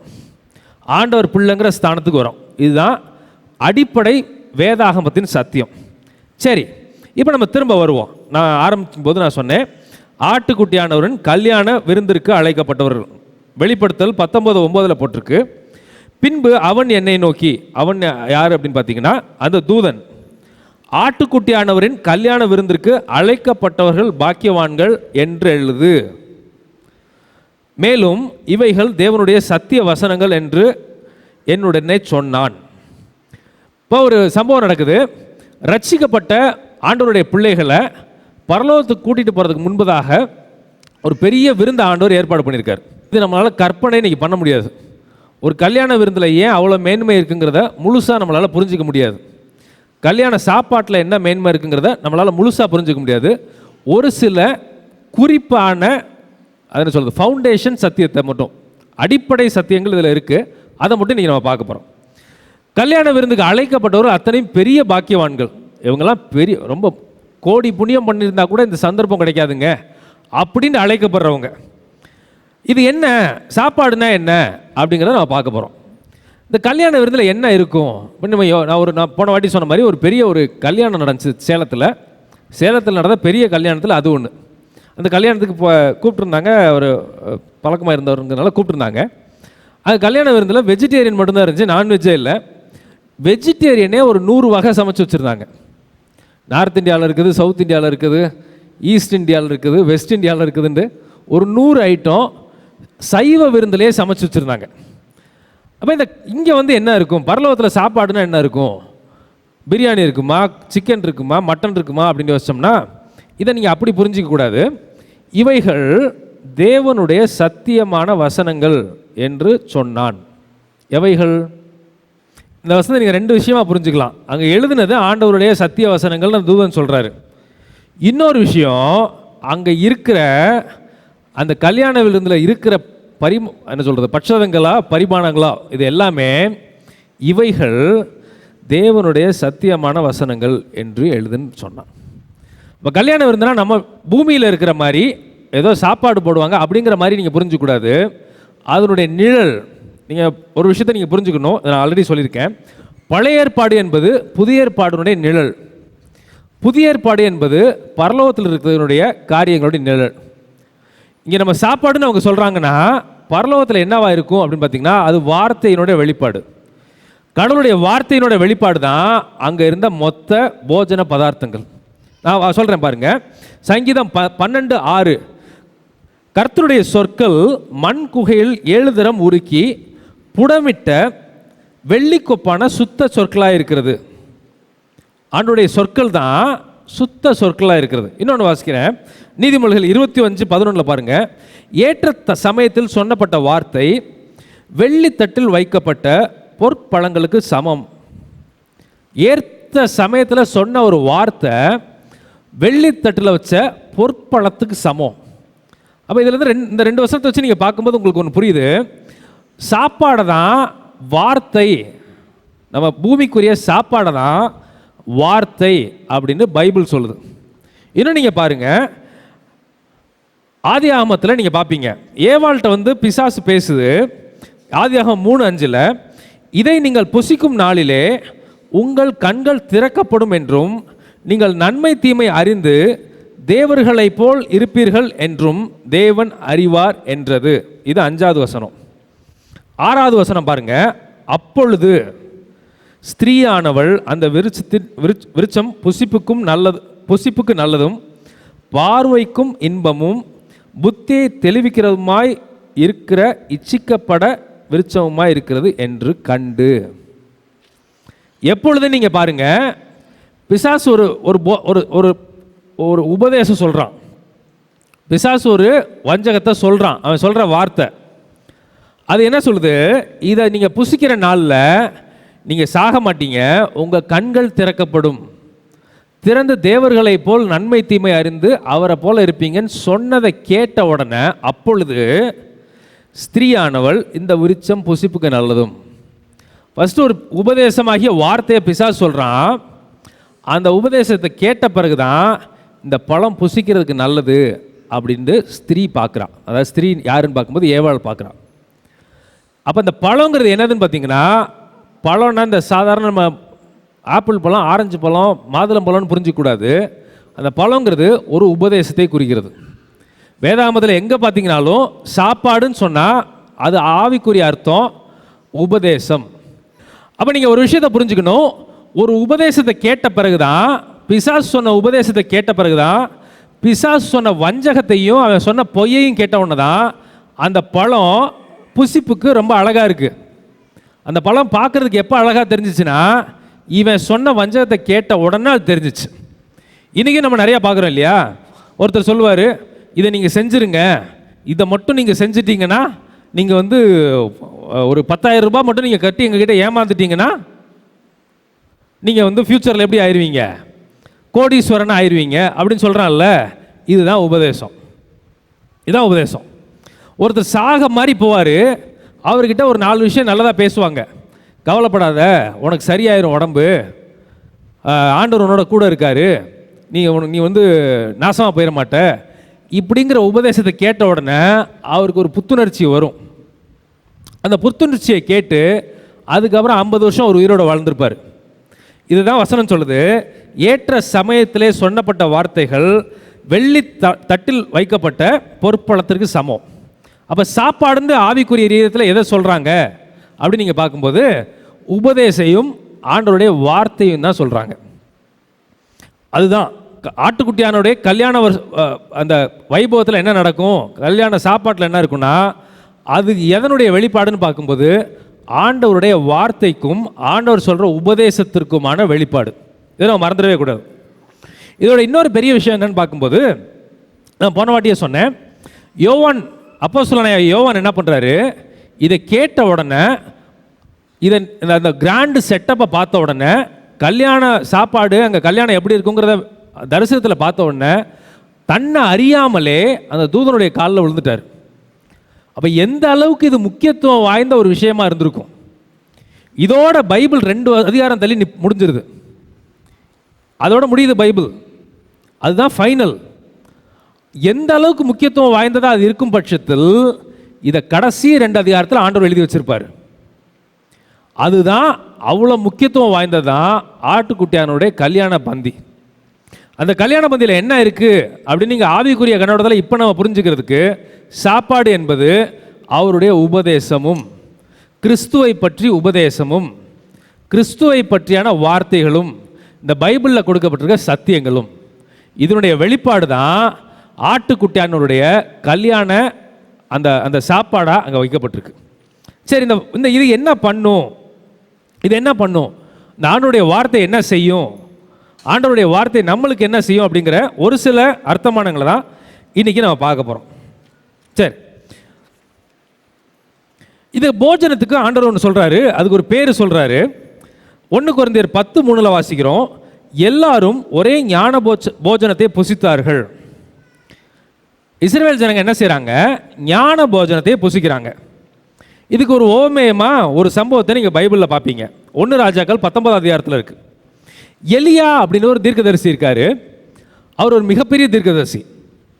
வானத்திலிருந்து அக்னி இறக்க வைக்கிறாரு.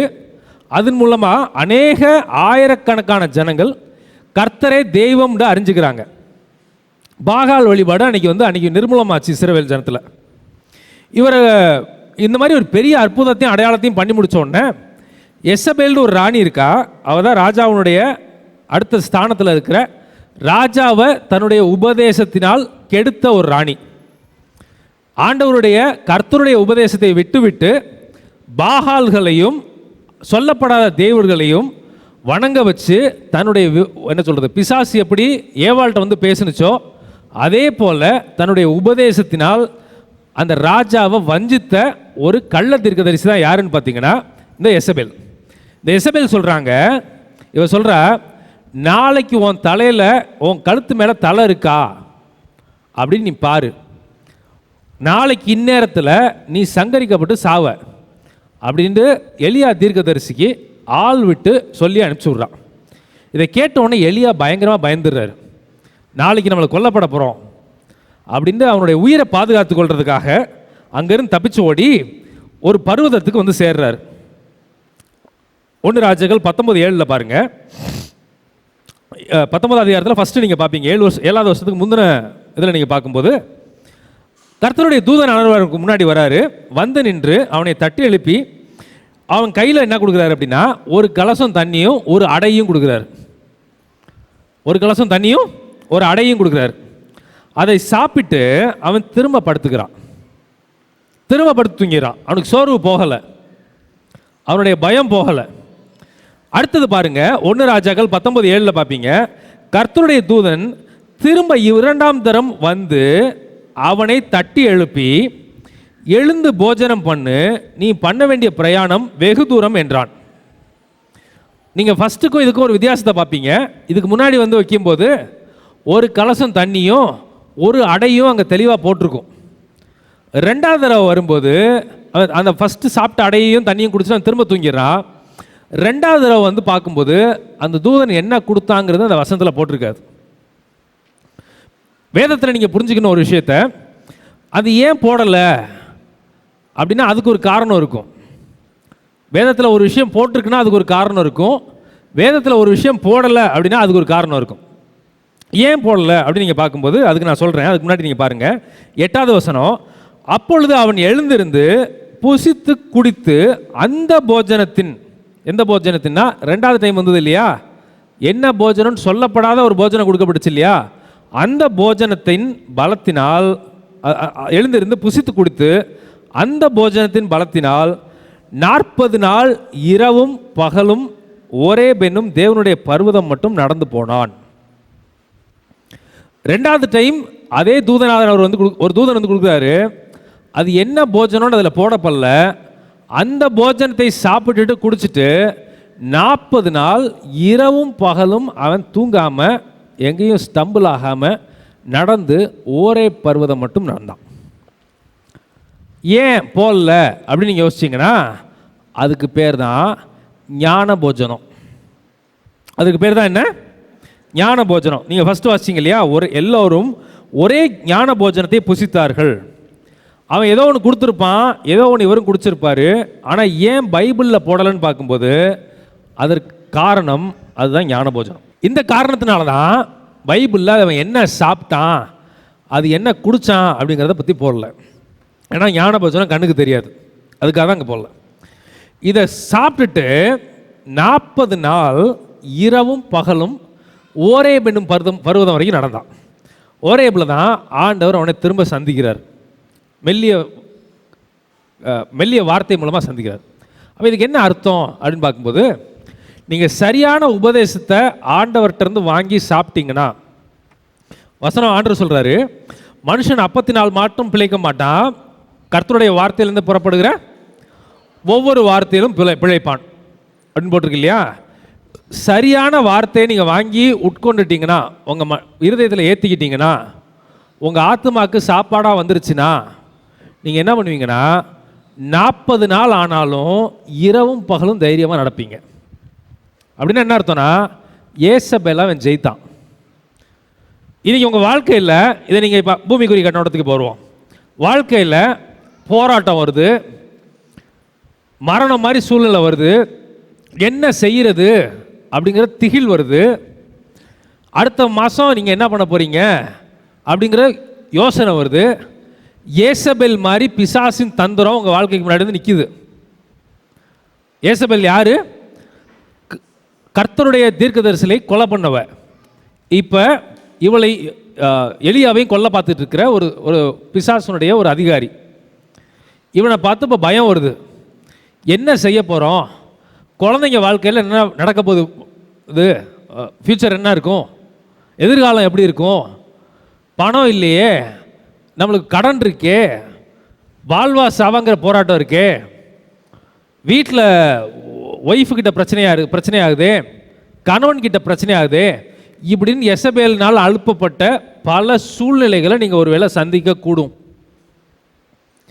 யார் இது சாதாரண ஆளான்னு கேட்டால் சாதாரண ஆள் கிடையாது. எலியா வானத்திலிருந்து அக்னியை இறக்கி பலிகளை சுட்டரிக்கிறதுக்கு காரணமாக இருந்த ஒரு மிகப்பெரிய தேவ மனுஷன். அவனுக்கு இந்த எசபேலை பார்த்தா பயம். ஏசபேலை பார்த்தா பயம், என்ன செய்யறதுன்னு தெரியல. ஒரு அழுத்தம் வருது, பயந்து ஊரை காலி பண்ணிட்டு ஓடிடுறாரு. நம்ம ஊரில் ஊரை காலி பண்ணிட்டு எப்போ ஓடுவாங்க அப்படின்னா, நீங்கள் பார்த்துருப்பீங்க, அந்த ஊரில் இருந்தால் நம்மளுக்கு ஆபத்து, அந்த ஊரில் இருந்தால் நம்ம உயிருக்கு ஆபத்து, அந்த ஊரில் இருந்தால் நம்ம பிள்ளைகளுக்கு ஆபத்து அப்படிங்கிற சூழ்நிலை வரும்போது என்ன செய்வார் ஒருத்தர் அப்படின்னா, ஊரை காலி பண்ணிவிட்டு நைட்டோட நைட்டாக காணாமல் போயிடுவாங்க. ஏதோ ஒரு ஊருக்கு போய் பொழைச்சிக்கலான்னு போயிடுவாங்க. அந்த நிலைக்கு இங்கே யார் வரானா, ஒரு மிகப்பெரிய தீர்க்கதரிசியாக எலியா வரார். எலியா வானத்திலிருந்து சாப்பாடு கொடுத்து ஆண்டவர் அனுப்பார். ஒரு அடையும் தண்ணியும் போய் கொடுத்துட்டு வாப்பா அப்படின்னு சொல்லி தீர்க்கதரிசி வந்து கொடுக்குற ஒரு தூதன் வந்து கொடுக்குறாரு. அதை சாப்பிட்டாலும் உள்ளே இருக்க பயம் போக மாட்டேங்குது. ஏன் அவர் அங்கே தூங்கினாருன்னு பார்த்தீங்கன்னா, ஒரு சில நேரம் நீங்கள் கேள்விப்பட்டிருப்பீங்க, என்ன செய்கிறதுனே தெரியாது, டிப்ரெஷன் ஜாஸ்தி ஆயிரும். அப்போ என்ன வரும்னா தூக்கம் வரும். டிப்ரெஷன் வந்து தூக்கம் இல்லாமல் போகும். சில பேருக்கு தூக்கம் இல்லாமல் போயிடும். நைட்டு பூரா யோசித்து என்ன பண்ணிடுவாங்க, தூக்கம் போயிடும். சில பேருக்கு என்ன ஆகுனா, யோனா மாதிரி, யோனா ஆண்டவருடைய சமூகத்தை விட்டு ஓடுறாரு. அவர் ஆண்டவர் ஒரு இடத்துக்கு போக சொல்கிறாரு, இவர் இன்னொரு இடத்துக்கு போகிறாரு. அவர் போக வேண்டிய இடம் இந்த இடம், அதுக்கு ஆப்போசிட் டைரக்ஷனில் இவர் ஓடுறாரு. ஓடும்போது ஜலப்பிரளயம் வருது. யோனா நிம்மதியாக தூங்கிட்டு இருக்காரு. ஏன் தூங்கினார்னா, டிப்ரெஷனில் ஜாஸ்தி ஆயிடுச்சு. என்ன பண்ணுறதுன்னு தெரியல. நம்மளால தான் இந்த கப்பலே பல பேருடைய ஜீவனே ஊசல் ஆடிக்கிட்டு இருக்குங்கிறது இவருக்கு தெரியுது. ஆனால் தெரியல என்ன பண்ணுறதுன்னு. போய் படுத்து தூங்கிறார்.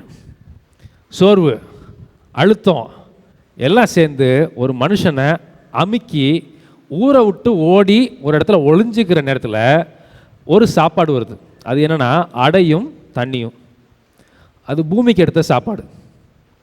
நீங்கள் யோசிப்பீங்க, ஸ்ட்ரெஸ் ஈட்டிங்னு ஒன்று சொல்லுவாங்க. ஸ்ட்ரெஸ் ஈட்டிங்னா உங்களுக்கு என்ன இருக்குன்னு தெரியும், எத்தனை பேருக்கு தெரியும்னு தெரில. ரொம்ப அழுத்த ஆரம்பிச்சுன்னா எல்லாத்தையும் ஃப்ரிட்ஜில் எடுத்து சாப்பிட்டு முடிச்சிடும். பார்த்துருக்கீங்களா? ஸ்ட்ரெஸ் ஈட்டிங்டே ஒரு ப்ராப்ளம் இருக்குது. ஒரு மனுஷனுக்கு அழுத்தம் ஆகுது, என்ன செய்யறதுன்னு தெரியல அப்படின்னு போகும்போது வீட்டில் என்ன இருக்க சாப்பாடு, குறிப்பாக இந்த இது இருக்கு இல்லையா, சோறு குழம்பு சாப்பிட வராது. பார்த்துருப்பீங்க நீங்கள் நேரம். சில நேரத்தில் சாப்பாடு சாப்பிட முடியல பிரதர், மிச்சரும் காராச்சவும் இருந்துச்சுன்னா 1 கிலோ நாங்கள் சாப்பிட்டு முடிச்சிருவோம் அப்படின்னு பார்த்துருக்கீங்களா? ஸ்ட்ரெஸ் ஈட்டிங் அது பேர். என்ன பண்ணுறதுன்னு தெரியாத சூழ்நிலையில் ஒரு மனுஷன் என்ன செய்வாரான், பக்கத்தில் என்ன இருக்கோ எல்லாத்தையும் வாங்கி சாப்பிட்டு வரான். ஆனால் நல்ல சாப்பாடை சாப்பிட முடியாதான். சாக்லேட்டு, பிஸ்கெட்டு, க்ரீம் பன்னு இதெல்லாம் சாப்பிட தோணுமா அப்படின்னு ஒன்று இருக்குதுன்னு சொல்கிறாங்க. அது நம்மளும் நிறைய பார்த்துருப்போம். ஸ்ட்ரெஸ் ஈட்டிங் அது பேர். பூமிக்குரிய சாப்பாடை கொடுத்தா தலைவர் திரும்ப படுத்து தூங்கிட்டார். இப்போ ஒரு போஜனம் வருது, அது கண்ணுக்கு தெரியாத ஞான போஜனம். எலியாவுக்கு ஏதோ ஒன்று கொடுத்துருப்பாரு அப்படி நான் சொல்லலை. அவருக்கு ஏதோ ஒன்று சாப்பிட்ருப்பாரு, அவர் ஏதோ ஒன்று குடிச்சிருப்பாரு, அந்த தூதன் ஏதோ ஒன்று கொடுத்துருப்பாரு. அது ஏன் பைபிளில் போடலை அப்படிங்கிறதுக்கான அர்த்தமான என்னன்னு பார்க்கும்போது, அவர் ஞான போஜனம், அவர் கொடுக்கப்பட்டது ஞான போஜனம். அதனால தான் அது போடல பைபிளில். ஞான போஜனம் கண்ணுக்கு தெரியாது. இப்போ ஆண்டவருடைய வார்த்தையை நீங்கள் கேட்கும்போது, ஆண்டவர் உங்களுக்கு ஒரு வார்த்தையை கொடுப்பாரு. அந்த வார்த்தையை நீங்கள் நம்பி ஏற்றுக்கும் போது, அதுதான் உங்களுக்கு கொடுக்கப்பட்ட மன்னாவாகிய ஞான போஜனம். இதுதான் சத்தியம், இது ஞான போஜனம். ஒரு சில வசனம் உங்களுக்கு புரியலாம், ஒரு சில வசனம் புரியாமல் இருக்கலாம். இருந்தாலும் அதில் 2 வசனம் உங்களுக்குன்னு கொடுக்கப்பட்ட வசனமாக இருக்கும். அதை உள்வாங்கி எலியா சாப்பிட்ட உடனே 40 நாள் 40 நைட்டு தூங்காமல் நடந்தாருன்னு போட்டிருக்கு. ஏன் 40 நாள் நடந்தாருன்னு போட்டிருக்கு அப்படின்னு கேட்டிங்கன்னா அதுக்கு ஒரு அர்த்தம் இருக்கும். ஏன் தூங்காமல் இருக்காரு அப்படின்னு பைபிள் எழுதியிருக்காங்கன்னா அதுக்கு ஒரு அர்த்தம் இருக்கும். தூங்காமல் நடந்தாருன்னா நீங்கள் நினைக்கிற மாதிரி தூக்கம் இல்லாமல் ஒரு மாதிரி பைத்தியமாயிட்டார் அப்படி கிடையாது அதுக்கு அர்த்தம். நேச்சுரலாக அவர் தூங்கினாரா இல்லையாங்கிறத பற்றி நம்மளுக்கு தெரியல, தூங்காமல் நடந்திருக்கலாம். ஆனால் ஆவிக்குரிய அர்த்தம் என்னன்னு பார்க்கும்போது இயேசு கிறிஸ்துவ சிலுவையில் அடையிறதுக்கு முந்தின நாள் இயேசு கிறிஸ்துவ தன்னுடைய சீஷர்களை பார்த்து சொல்கிறாரு, மத்தேயு 26:40, பின்பு அவர் சீஷர்களிடத்தில் வந்து அவர்கள் நித்திரை பண்ணுகிறதை கண்டு பேதுருவை நோக்கி, நீங்கள் ஒரு மணி நேரமாவது என்னோட கூட விழித்திருக்க கூடாதா? சோதனைக்கு உட்படாதபடி விழித்திருந்து ஜெபம் பண்ணுங்கள் அப்படின்னு ஆண்டவர் சொல்கிறாரு. 1 மணி நேரம் விழித்திருக்க கூடாதா? அவனுக்கு சோதனை வந்துச்சு. சோதனை எங்கே போய் நிப்பாட்டுச்சுன்னா டிப்ரெஸ் ஆகி தூக்கத்தில் போய் நிப்பாட்டிருச்சு எலியாவை. அதனால தான் தூங்குறாரு. என்ன பண்ணுறதுன்னு தெரியல, வாழ்க்கையே பிளாங்காக இருக்குது. திறந்து பார்த்தா, கதவை திறந்தா வெளிச்சம் வரும்னு நினச்சா மொத்தமும் இருட்டாக இருக்குது. என்ன செய்யறதுன்னு தெரியல. இயேசு கிறிஸ்து உயிர் தெழுறதுக்கு முன்னாடி, உயிர் தெழுந்த பிறகு, அதாவது அவர் சிலுவையில் அறையப்பட்டு கொல்லப்பட்ட பிறகு இந்த இவருடைய சீசர்கள் எல்லாரும் என்ன செய்கிறாங்கன்னா வீட்டை பூட்டிட்டு கதவெல்லாம் தாழ்பாடெல்லாம் போட்டு பூட்டெல்லாம் வச்சு சாவி வச்சு பூட்டிட்டு பயந்து உள்ளே உட்காந்துருக்காங்க. இயேசு கிறிஸ்து உங்களுக்கு சமாதானம் உள்ளே வராரு. அப்படின்னா என்ன அர்த்தம்னு பார்க்கும்போது அடைக்கப்பட்டிருக்கு, வாழ்க்கை மொத்தமும் க்ளோஸ் ஆகிருக்கு, என்ன செய்யறதுங்கிற தெரியாத ஒரு சூழ்நிலை. அதுதான் அதுக்கு அர்த்தம். எலியா அந்த சூழ்நிலைக்கு தான் வராரு. வெறுமனை சாப்பாடை கொடுக்குறாரு, வெறும் சாப்பாடு, பூமிக்குரிய சாப்பாடை சாப்பிட்டா ஸ்ட்ரெஸ் ஈட்டிங் மாதிரி ஏதாவது திரும்ப சரியாவாரான்னு பார்த்தா கூட அதுவும் ஆக மாட்டேங்கிறாரு. இப்போ 2வது தரம் தூதன் வராரு, வந்து ஒரு போஜனத்தை கொடுக்குறாரு. அது ஏன் பைபிளில் போடலைன்னா அது பேர் ஞான போஜனம். அந்த போஜனத்தை சாப்பிட்ட உடனே 40 நாள் விழித்திருந்து தூங்காமல் நடக்கிறார். அப்படின்னா என்ன அர்த்தம்னா, தூக்கம் என்பது பின்மாற்றத்திற்கான அடையாளம், தூக்கம் என்பது தடுக்கத்திற்கான அடையாளம், தூக்கம் என்பது சோர்விற்கான அடையாளம். நம்ம நைட்டு தூங்குற தூக்கத்தை நான் சொல்லலை. சில பேர் சொல்லுவாங்க நைட்டு பூரா தூங்காமல் ஜெபம் பண்ணுங்க. இல்லை, தூங்குற நேரம் என்ன பண்ணணும்னா நிம்மதியாக தூங்கணும். அதுக்கு என்னென்ன உடம்புக்கு என்னென்ன ரெஸ்ட் வேணுமோ அது எல்லாத்தையும் நீங்கள் கொடுத்து தான் ஆகணும். நீங்கள் நைட்டு 1 மணிக்கு எந்திரிச்சு தூக்கத்தை வெறுத்து நீங்கள் ஜெபம் பண்ணுங்க. தேவைப்படும் போது நீங்கள் பண்ணலாம். ஒரு சில நேரம் சூழ்நிலை சரியாக இருக்காது, பிசாசின் போராட்டம் இருக்கும், அப்போ நீங்கள் ஃபாஸ்டிங் இருந்து உபவாசம் இருந்து ஜெபம் பண்ணணும், நைட்டு ஜெபம் பண்ணணும். பல நேரம் என் லைஃப்பில் நான் பார்த்துருக்கேன், பிசாசுடைய போராட்டம் வரும்போது என்ன பண்ணுறதுன்னு தெரியாமல் இருக்கும்போது ஜெபம் நீங்கள் அரை மணி நேரம் 1 மணி நேரம் பண்ணால் பத்தாது, 4 கணக்காக படுத்துருப்போம், ஜெபம் மட்டும் ஓடிட்டு இருக்கும் மனசில். அப்படி சூழ்நிலையெல்லாம் நிறைய நேரத்தில் வந்திருக்கோம். அதை நான் சொல்லலை. இங்கே தூக்கமின்மை, அவர் தூங்காமல் நடந்தார் என்பது இந்த பூமிக்குரிய தூக்கத்தையே அவர் சொல்லலை. ஆவிக்குரிய ஓட்டத்தில் ஓரேப்னா என்ன அர்த்தம்னா, ஓரேப்னா அதுக்கு பேர் என்ன அர்த்தம்னு நான் சொல்ல வரல. தேவன் சந்தித்த இடத்திற்கு நடந்து போகிறதுக்கு தூக்கம் இல்லாமல் நிம்மதியாக நடக்கிறார்.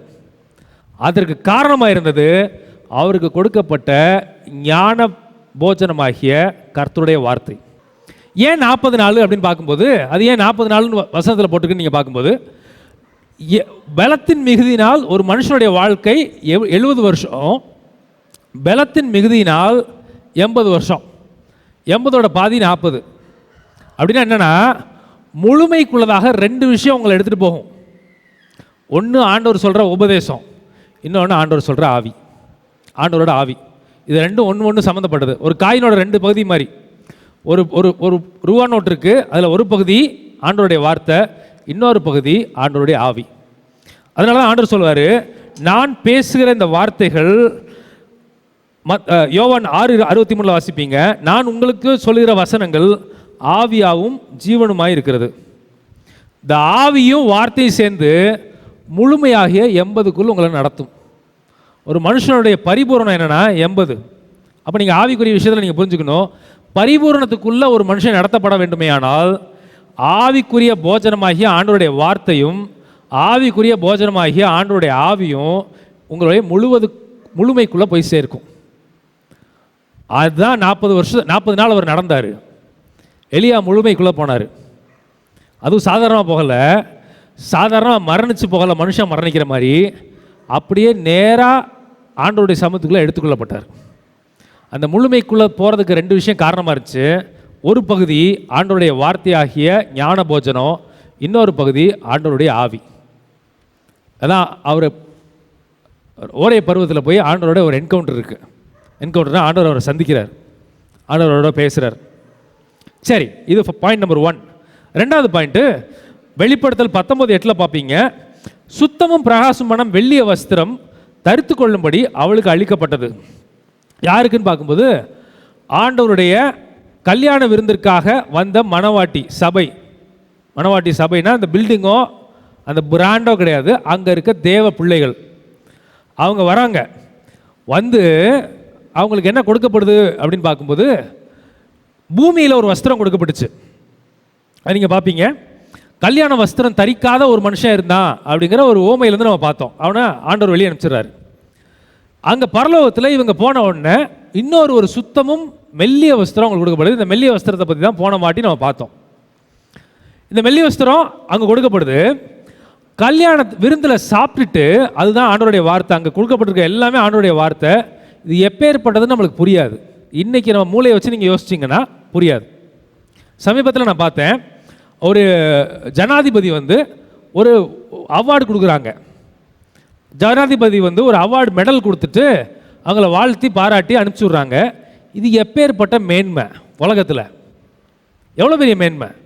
ஜனாதிபதி கூப்பிட்டு பாராட்டி ஒரு அவார்டு கொடுத்து ஒரு ப்ரைஸ் கொடுத்து அனுப்புனா இந்த உலகமே, அது எல்லா டிவி சேனல்லையும் வருது, நியூஸ் பேப்பரில் வருது. எவ்வளோ பெரிய மேன்மை. இதே மாதிரி கோடிக்கணக்கான மடங்கு ஜாஸ்தியாக பரலோகத்தில் ஆண்டவர் ஒரு வார்த்தையை கொடுக்குறாரு, ஒரு மேன்மையை கொடுக்குறாரு. இதை பூமிக்குட்பட்ட ஞானத்தில் வச்சு நம்ம புரிஞ்சுக்க நினச்சோன்னா நம்ம தடுமாறிடுவோம். ஏன்னா நம்மளுக்கு இந்த உலகத்தில் என்ன புரியும் அப்படின்னு கேட்டால், 1 கோடி ரூபா காசுன்னு சொன்னால் நம்மளுக்கு என்ன பண்ணும் புரியும். 10,000 ரூபா சம்பளம் வாங்கிட்டு இருக்கேன், 25,000 ரூபாய் சம்பளம் அடுத்த மாதம் எனக்கு கொடுக்க போகிறாங்கன்னு சொல்லிட்டா நம்மளுக்கு என்ன பண்ணும்? நைட்டு பூரா என்ன வராது, நம்மளுக்கு தூக்கம் வராது. ஐயோ 15,000 ரூபாய் அடுத்த மாதம் சேர்த்து வருது, 50,000 ரூபாய் அடுத்த மாதம் ஜாஸ்தியாக வரப்போகுது, என்ன பண்ணலாங்கிறத யோசித்து ஒரு 2 மணி நேரம் யோசித்து கற்பனை கோட்டைகள்லாம் நம்ம என்ன பண்ணி முடிச்சிருவோம். 1 கோடி ரூபா ஒரு மனுஷனுக்கு அடுத்த நாள் அவார்டு கிடைக்க போகுது அப்படின்னு சொன்னால் கற்பனை கோட்டையை பெருசாக கட்டி வச்சுருப்பான். அந்த அறிவு ஆற்றலை வச்சு ஆண்டவருடைய வார்த்தையை நீங்கள் புரிஞ்சுக்கணும்னு நினச்சிங்கன்னா தப்பாக போயிடும். அது என்னங்க பெருசாக வார்த்தை இல்லை, பெருசு. அது என்னது நம்மளுக்கு இன்னும் புரியலை. அதை பார்த்த உடனே யோவான் மல்லாக கவுந்துடுறாரு. ஒரு தூதனை பார்த்து எப்பேற்பட்ட மேன்மை உள்ளதாக இருந்ததுன்னா யோவான் அப்படி தள்ளாடி கீழே விழுவார். அதோட மொத்த வேதாகமும் முடிஞ்சிருது. அப்போ எவ்வளோ ஒரு உன்னதமான ஒரு விஷயமா இருக்கும். இவங்களுக்கு புதுசாக ஒரு வஸ்திரம் கொடுக்கப்படுது. வஸ்திரத்தை தரித்துக்கிட்டு இவங்க என்ன பண்ணுறாங்க? 14வது வசனத்தில் நீங்கள் பாருங்கள், 19-14. பரலோகத்தில் உள்ள சேனைகள் வெண்மையும் சுத்தமுமான மெல்லிய வஸ்திரம் தரித்தவர்களாய். அப்போ இவங்க யாருன்னு கேட்டிங்கன்னா 8வது வசனத்தில் மெல்லிய வஸ்திரத்தை கொடுத்து அந்த மெல்லிய வஸ்திரத்தை தரித்தவர்கள் தான் இந்த 14வது வசனத்தில் இருக்காங்க. அவங்கள பற்றி தான் இது சொல்லுது. வெண்குதிரையின் மேல் ஏறி, வெள்ளை குதிரையின் மேல் ஏறி அவருக்கு பின் சென்றார்கள். யாருக்கு? இயேசு கிறிஸ்துக்கு பின் சென்றாங்க. எங்கே பின் சென்றாங்க அப்படின்னு நீங்கள் அதுக்கு அடுத்த வசனங்கள்லாம் நீங்கள் வாசித்து பார்த்தீங்கன்னா யுத்தத்துக்கு பின் செல்றாங்க. வானத்திலிருந்து பொண்ணு வஸ்திரம் மாதிரி வெண் வஸ்திரம் தரிச்சுக்கிட்டு அங்கே சாப்பிட்ட சாப்பாடை சாப்பிட்டுட்டு இயேசு கிறிஸ்துவை பின்பற்றி அவருக்கு பின்பதாக யுத்தம் செய்வதற்கு பின் செல்றாங்க.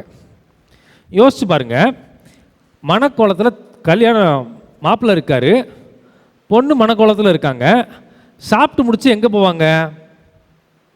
வீட்டுக்கு போவாங்க. அதான் யூஸ்வலாக நடக்கும். இல்லாட்டி யார் வீட்டுக்காவது விருந்துக்கு போவாங்க. ஆனால் இங்கே சாப்பிட்டவங்க இயேசு கிறிஸ்துவை ஃபாலோ பண்ணி அவருக்கு பின் சென்று யுத்தத்துக்கு போகிறாங்க. ஏன் அப்படி போகிறாங்க? அதோட உலகத்தினுடைய ராஜ்யங்கள் முடிக்கப்படுது. அதான் கடைசி யுத்தம்னு இதெல்லாம் நிறைய இருக்குது, அதுக்குள்ள நம்ம இன்றைக்கி போகல. ஏன் சண்டைக்கு போகிறாங்க அப்படின்னு பார்க்கும்போது 2 விஷயத்தை நீங்கள் அதில் பார்ப்பீங்க. இயேசு கிறிஸ்துவுக்கு கொடுக்கப்பட்ட அதே வெள்ளை குதிரை அவங்களுக்கும் கொடுக்கப்பட்டிருக்கும். நீ யோசிச்சு பாருங்கள், உலகத்தில் ஒரு ராஜா இருக்கார், பிரைம் மினிஸ்டர் ஒரு காரில் போவார். அவருக்கு கீழே இருக்கிற ஆஃபீஸஸும் ஜனங்களும் அவர் கீழே இருக்கிற மீதி ஆட்களும் இதில் போவாங்கன்னா வேறு காரில் போவாங்க. அதுதானே வழக்கம், அதான் வழக்கம். ஆனால் ஆண்டவருடைய வழக்கத்தை பாருங்கள். அவர் வெள்ளை குதிரையில் ஏறுறாரு, இவங்களும் எங்கே ஏறுறாங்க? வெள்ளை குதிரையில் ஏறுறாங்க. ஆண்டவரை நம்பி ஆண்டவரை ஏற்றுக்கிட்டு அவருடைய வார்த்தையை விசுவாசித்து வெள்ளை குதிரையில் இவங்களும் ஏறி போகிறாங்க. அப்படின்னா என்னென்னா, இவங்க யாருன்னு பார்த்தீங்கன்னா பூமியில் ஒரு ஸ்டாண்டர்டில் வாழ்ந்தவங்க. இங்கே யார் அப்படின்னு பார்த்தீங்கன்னா ஏசு கிறிஸ்துவோட பின்னாடி போகிறாங்க. ஏசு கிறிஸ்துவோட பேர் என்னன்னு பார்த்தீங்கன்னா இன்னொரு பேர் வேர்ட் ஆஃப் காட். அவருடைய சிரசில் அவருடைய காலில் எழுதப்பட்டிருக்கு. அதுக்கு மீதி இருக்க வசனத்தை நீங்கள் வாசித்து பார்த்தீங்கன்னா தெரியும். கர்த்தருடைய வார்த்தை. கர்த்தருடைய வார்த்தையை இங்கே பின்பற்றினவங்க அங்கே என்ன செய்வாங்கன்னா அவரை பின்பற்றி போவாங்க. இவங்க யுத்தத்துக்கு போய் தோக்க போக மாட்டாங்க, ஜெயிப்பாங்க. ஆண்டவருக்கு பின்னாடி போனால் கட்டாயமாக ஜெயம்தான், வாய்ப்பே இல்லை. எல்லாரையும் ஜெயிப்பாங்க. அப்படின்னா பூமிக்குரிய அர்த்தமானம், இன்றைக்கி நம்மளுக்கு கொடுக்கப்பட்ட அர்த்தமானம் என்னென்னு சொல்லும்போது, கர்த்தருடைய வார்த்தையை நீங்கள் பின்பற்றி போனீங்கன்னா அது கிடைக்கிற விளைவு தான் ஜெயம். அது கிடைக்கிற விளைவு தான் ஜெயம். அந்த வார்த்தைனா என்னென்னு கேட்கும்போது அதுதான் உங்கள் ஆவிக்குரிய போஜனம். அந்த வார்த்தையை நீங்கள் சாப்பிட்றீங்கன்னா என்ன அர்த்தம்னா அந்த வார்த்தையை நீங்கள் நம்புறீங்க. நம்பணும்னா கேள்வி வரணும். கேள்வினாலே விசுவாசம் வரணும். கேள்வினா கொஸ்டின் இல்லை, கேள்வினா நீங்கள் கேட்குறது. செவி தினவு உள்ளவர்களாய், செவி துறக்கப்பட்டவர்களாய், செவிடு இல்லாதவர்களாய், காது உள்ளவன் கேட்க கடவன். காதுன்னு ஒருத்தனுக்கு ஆவிக்குரிய காது இருந்துச்சுன்னா அவன் கேட்பான். கேட்டவன் மட்டும் இல்லை, நம்புவான், இருதயத்தில் நம்புவான். இவங்களுடைய வாழ்க்கை ஜெயமாக மாறிட்டு. ஏசு கிறிஸ்துவை பின்பற்றாங்கன்னா அதுக்கு இன்னொரு அர்த்தம், கர்த்தருடைய வார்த்தையை பின்பற்றி அவருக்கு பின் சென்றவர்கள். இங்கே பின் சென்றவங்க அங்கே எப்படி பண்ணுவாங்கன்னா அவர் முன்னாடி போவார், இவங்க அதே குதிரையில் பின்னாடி வருவாங்க. அவங்களுக்கு கொடுக்கப்பட்ட போஜனம் என்னென்னா அதுதான் ஞான போஜனம், கடவுளுடைய வார்த்தை. உங்களுக்கு எல்லாமே பைபிளில் இருக்க எல்லாமே கடவுளுடைய வார்த்தை தான், இல்லைன்னு சொல்ல. உங்களுக்குன்னு நிறையா இருக்கும். இன்றைக்கி நான் 1 மணி நேரம் பேசியிருக்கலாம், உங்களுக்குன்னு 4 வசனத்தை ஆண்டவர் கொடுத்துருப்பார். அந்த வசனத்தை மட்டும் நீங்கள் நம்பி ஏற்றுக்கிட்டிங்கன்னா, அந்த வசனத்தை பின்பற்றி நீங்கள் சென்றீங்கன்னா கட்டாயமாக உங்களுடைய வாழ்க்கையில் என்ன இருக்குன்னா ஜெயம் கிடைக்கும். 40 நாள் எலியா தூங்காமல் நடந்தான். அப்போ உங்கள் பூமிக்குரிய வாழ்க்கை, பூமியில் நீங்கள் வாழும்போது உங்கள் ஆவிக்குரிய வாழ்க்கை ஜெபம் உள்ளதாய் மாறும். அதற்கு என்ன வேணும்? ஜெபம் உள்ளதாக ஒரு வாழ்க்கை மாறணும்னா அதற்கு சாப்பாடையும் கரெக்டாக சாப்பிட்ருக்கணும். அதுதான் ஆண்டவருடைய வார்த்தை. ஆண்டவருடைய வார்த்தை நீங்கள் கரெக்டாக கேட்டு சாப்பிடும்போது, அதற்கு பின் செல்லும்போது உங்களுக்கு என்ன கிடைக்கும்னா சோர்வு போகும். நீங்கள் நம்பணும். ஃபஸ்ட்டு ஆண்டவர் வார்த்தை சொல்கிறதா அதை நம்பணும். நம்பினீங்கன்னா தான் அதை ஏற்றுக்கிறீங்கன்னு அர்த்தம். அதை நம்பி ஏற்றுட்டு நீங்கள் அதை பின்பற்றி நடக்கும் பொழுது, நம்பி ஏற்றுக்கிறது மட்டும் இல்லை, ஏசு கிறிஸ்துவை பின்பற்றுறாங்கன்னா என்ன அர்த்தம்னா அவர் வார்த்தையின்படி நடக்கும் பொழுது உங்களுக்கு என்ன கிடைக்கும்னா ஜெயம் கிடைக்கும். இதுதான் அங்கே நடந்துச்சு. இப்போ நம்ம இதுக்கு ஆயத்தப்படும் பட்சத்தில் நம்ம என்ன செய்வோம் அப்படின்னா, நம்ம ஃப்யூச்சரில் அங்கே ஒரு நாள் போய் நிற்போம், அங்கேயும் இயேசுவை பின்பற்றுவோம், அங்கேயும் வார்த்தையை பின்பற்றி அவருக்கு பின்பதாக பூமியை சுதந்திரிக்கும்படி நம்ம அங்கேயும் யுத்தம் செய்து ஜெயிக்கிறவர்களாக நம்ம மாறுவோம். அங்கே ஜெயிக்கிறவங்க மாறணும்னா இங்கே அதே இதை பண்ணியிருக்கணும். ஏன் அப்படின்னா பரலோகத்தினுடைய நிழல் தான் புதிய ஏற்பாடு. புதிய ஏற்பாட்டு வாழ்க்கை என்னென்னா பரலோகத்தினுடைய நிழல். அங்கே போய் நீங்கள் சாப்பிடணும்னு அப்படின்னா இங்கே அதே இதை சாப்பிட்ருக்கணும். இங்கே சாப்பாடுனா அவர் விடுகிற வார்த்தையை நீங்கள் நம்பியிருக்கணும், விசுவாசிச்சிருக்கணும், அந்த வார்த்தையை பின்பற்றி நடந்திருக்கணும். அவரை பின்பற்றி அவருக்கு பின்னாடி வெள்ளை குதிரையில் அவரோட ஏறி போகணும்னா இங்கே நீங்கள் பிசாசை ஜெயிச்சிருக்கணும்.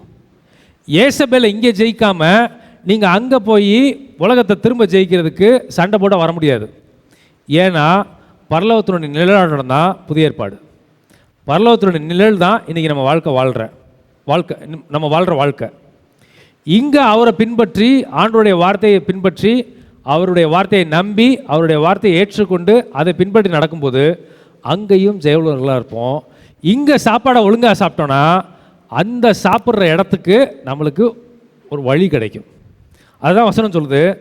அந்த கல்யாண போஜன பந்திக்கு அழைக்கப்பட்டவர்கள் யார்? பாக்கியவான்கள்.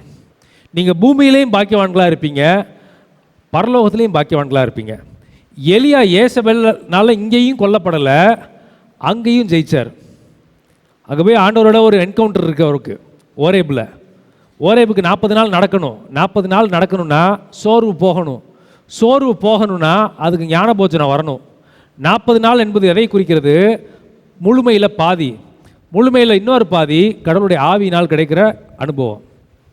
இந்த அனுபவத்தில் நம்ம நடக்கும் பொழுது பூமியில் வர்ற சோதனையிலையும் நீங்கள் ஜெயிப்பீங்க, குடும்பத்தில் வர சோதனையும் ஜெயிப்பீங்க, மாம்சத்தில் வர சோதனையும் ஜெயிப்பீங்க, பிள்ளைகளுடைய வாழ்க்கையில் வர சோதனையும் ஜெயிப்பீங்க.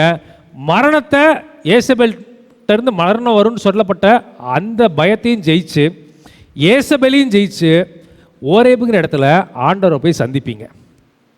ஓரேபில் எலியா போய் சந்திச்சார் பழைய ஏற்பாட்டில். இவங்க புதிய ஏற்பாட்டில் ஆட்டுக்குட்டியானவருடைய கல்யாண விருந்தில் போய் அவரை சந்திப்பாங்க. சந்தித்து திரும்பவும் அவர் பின் செல்வாங்க. ஏசு கிறிஸ்துவை நீங்கள் பின்பற்றீங்கிறதுக்கு உள்ளார்வபூர்வமான உண்மை என்னென்னா, ஏசு கிறிஸ்துவோடைய வார்த்தைக்கு நீங்கள் கீழ்ப்படிவீங்க. வார்த்தை கீழ்ப்படிஞ்சு அவரை பின்பற்றி போகும்போது இந்த உலகத்தில் வருகிற பிரச்சனைகளையும் சமாளித்து மேற்கொள்வதற்கு எப்படி எலியாவுக்கு ஒரு ஞான போஜனம் கொடுக்கப்பட்டதோ, உள்ளான ஞான போஜனமும் சாப்பாடும் உங்களுக்கு கிடைக்கும்போது நீங்கள் உலகத்தில் 40 நாள் இல்லை 400 நாள் கூட ஜெயமுள்ளவர்களாக நடப்பீங்க. யாரும் எழுந்து நினைச்சோம் பண்ணுவோம். பரிசுத்த பிதாவே, நன்றியோடு துதிக்கிறோம். இந்த நாளிலும் ஆண்டவரே, தேவரீர் எங்களோடு இடைப்பட்டு எங்களோடு பேசிய வார்த்தைகளுக்காய் ஸ்தோத்திரம்.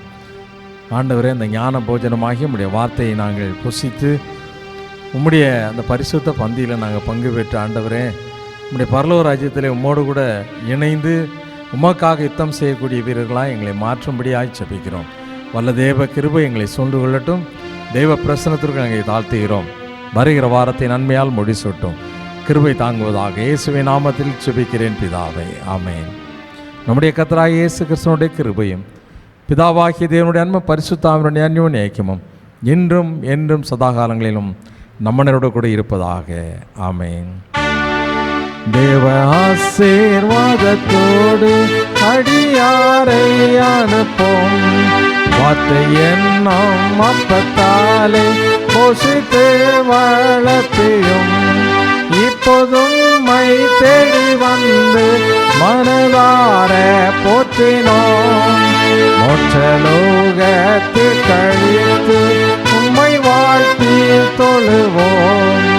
ஆமென். என் ஆத்துமாவே கர்த்தரை ஸ்தோத்திரி, என் முழுமே அவருடைய பரிசுத்த நாமத்தை ஸ்தோத்திரி. என் ஆத்துமாவே கர்த்தரை ஸ்தோத்திரி, கர்த்தர் செய்த சகல உபகாரங்களையும் மறவாதே. ஆமென், ஆமென். ஹல்லேலூயா, ஹல்லேலூயா, ஹல்லேலூயா. God bless you. Amen.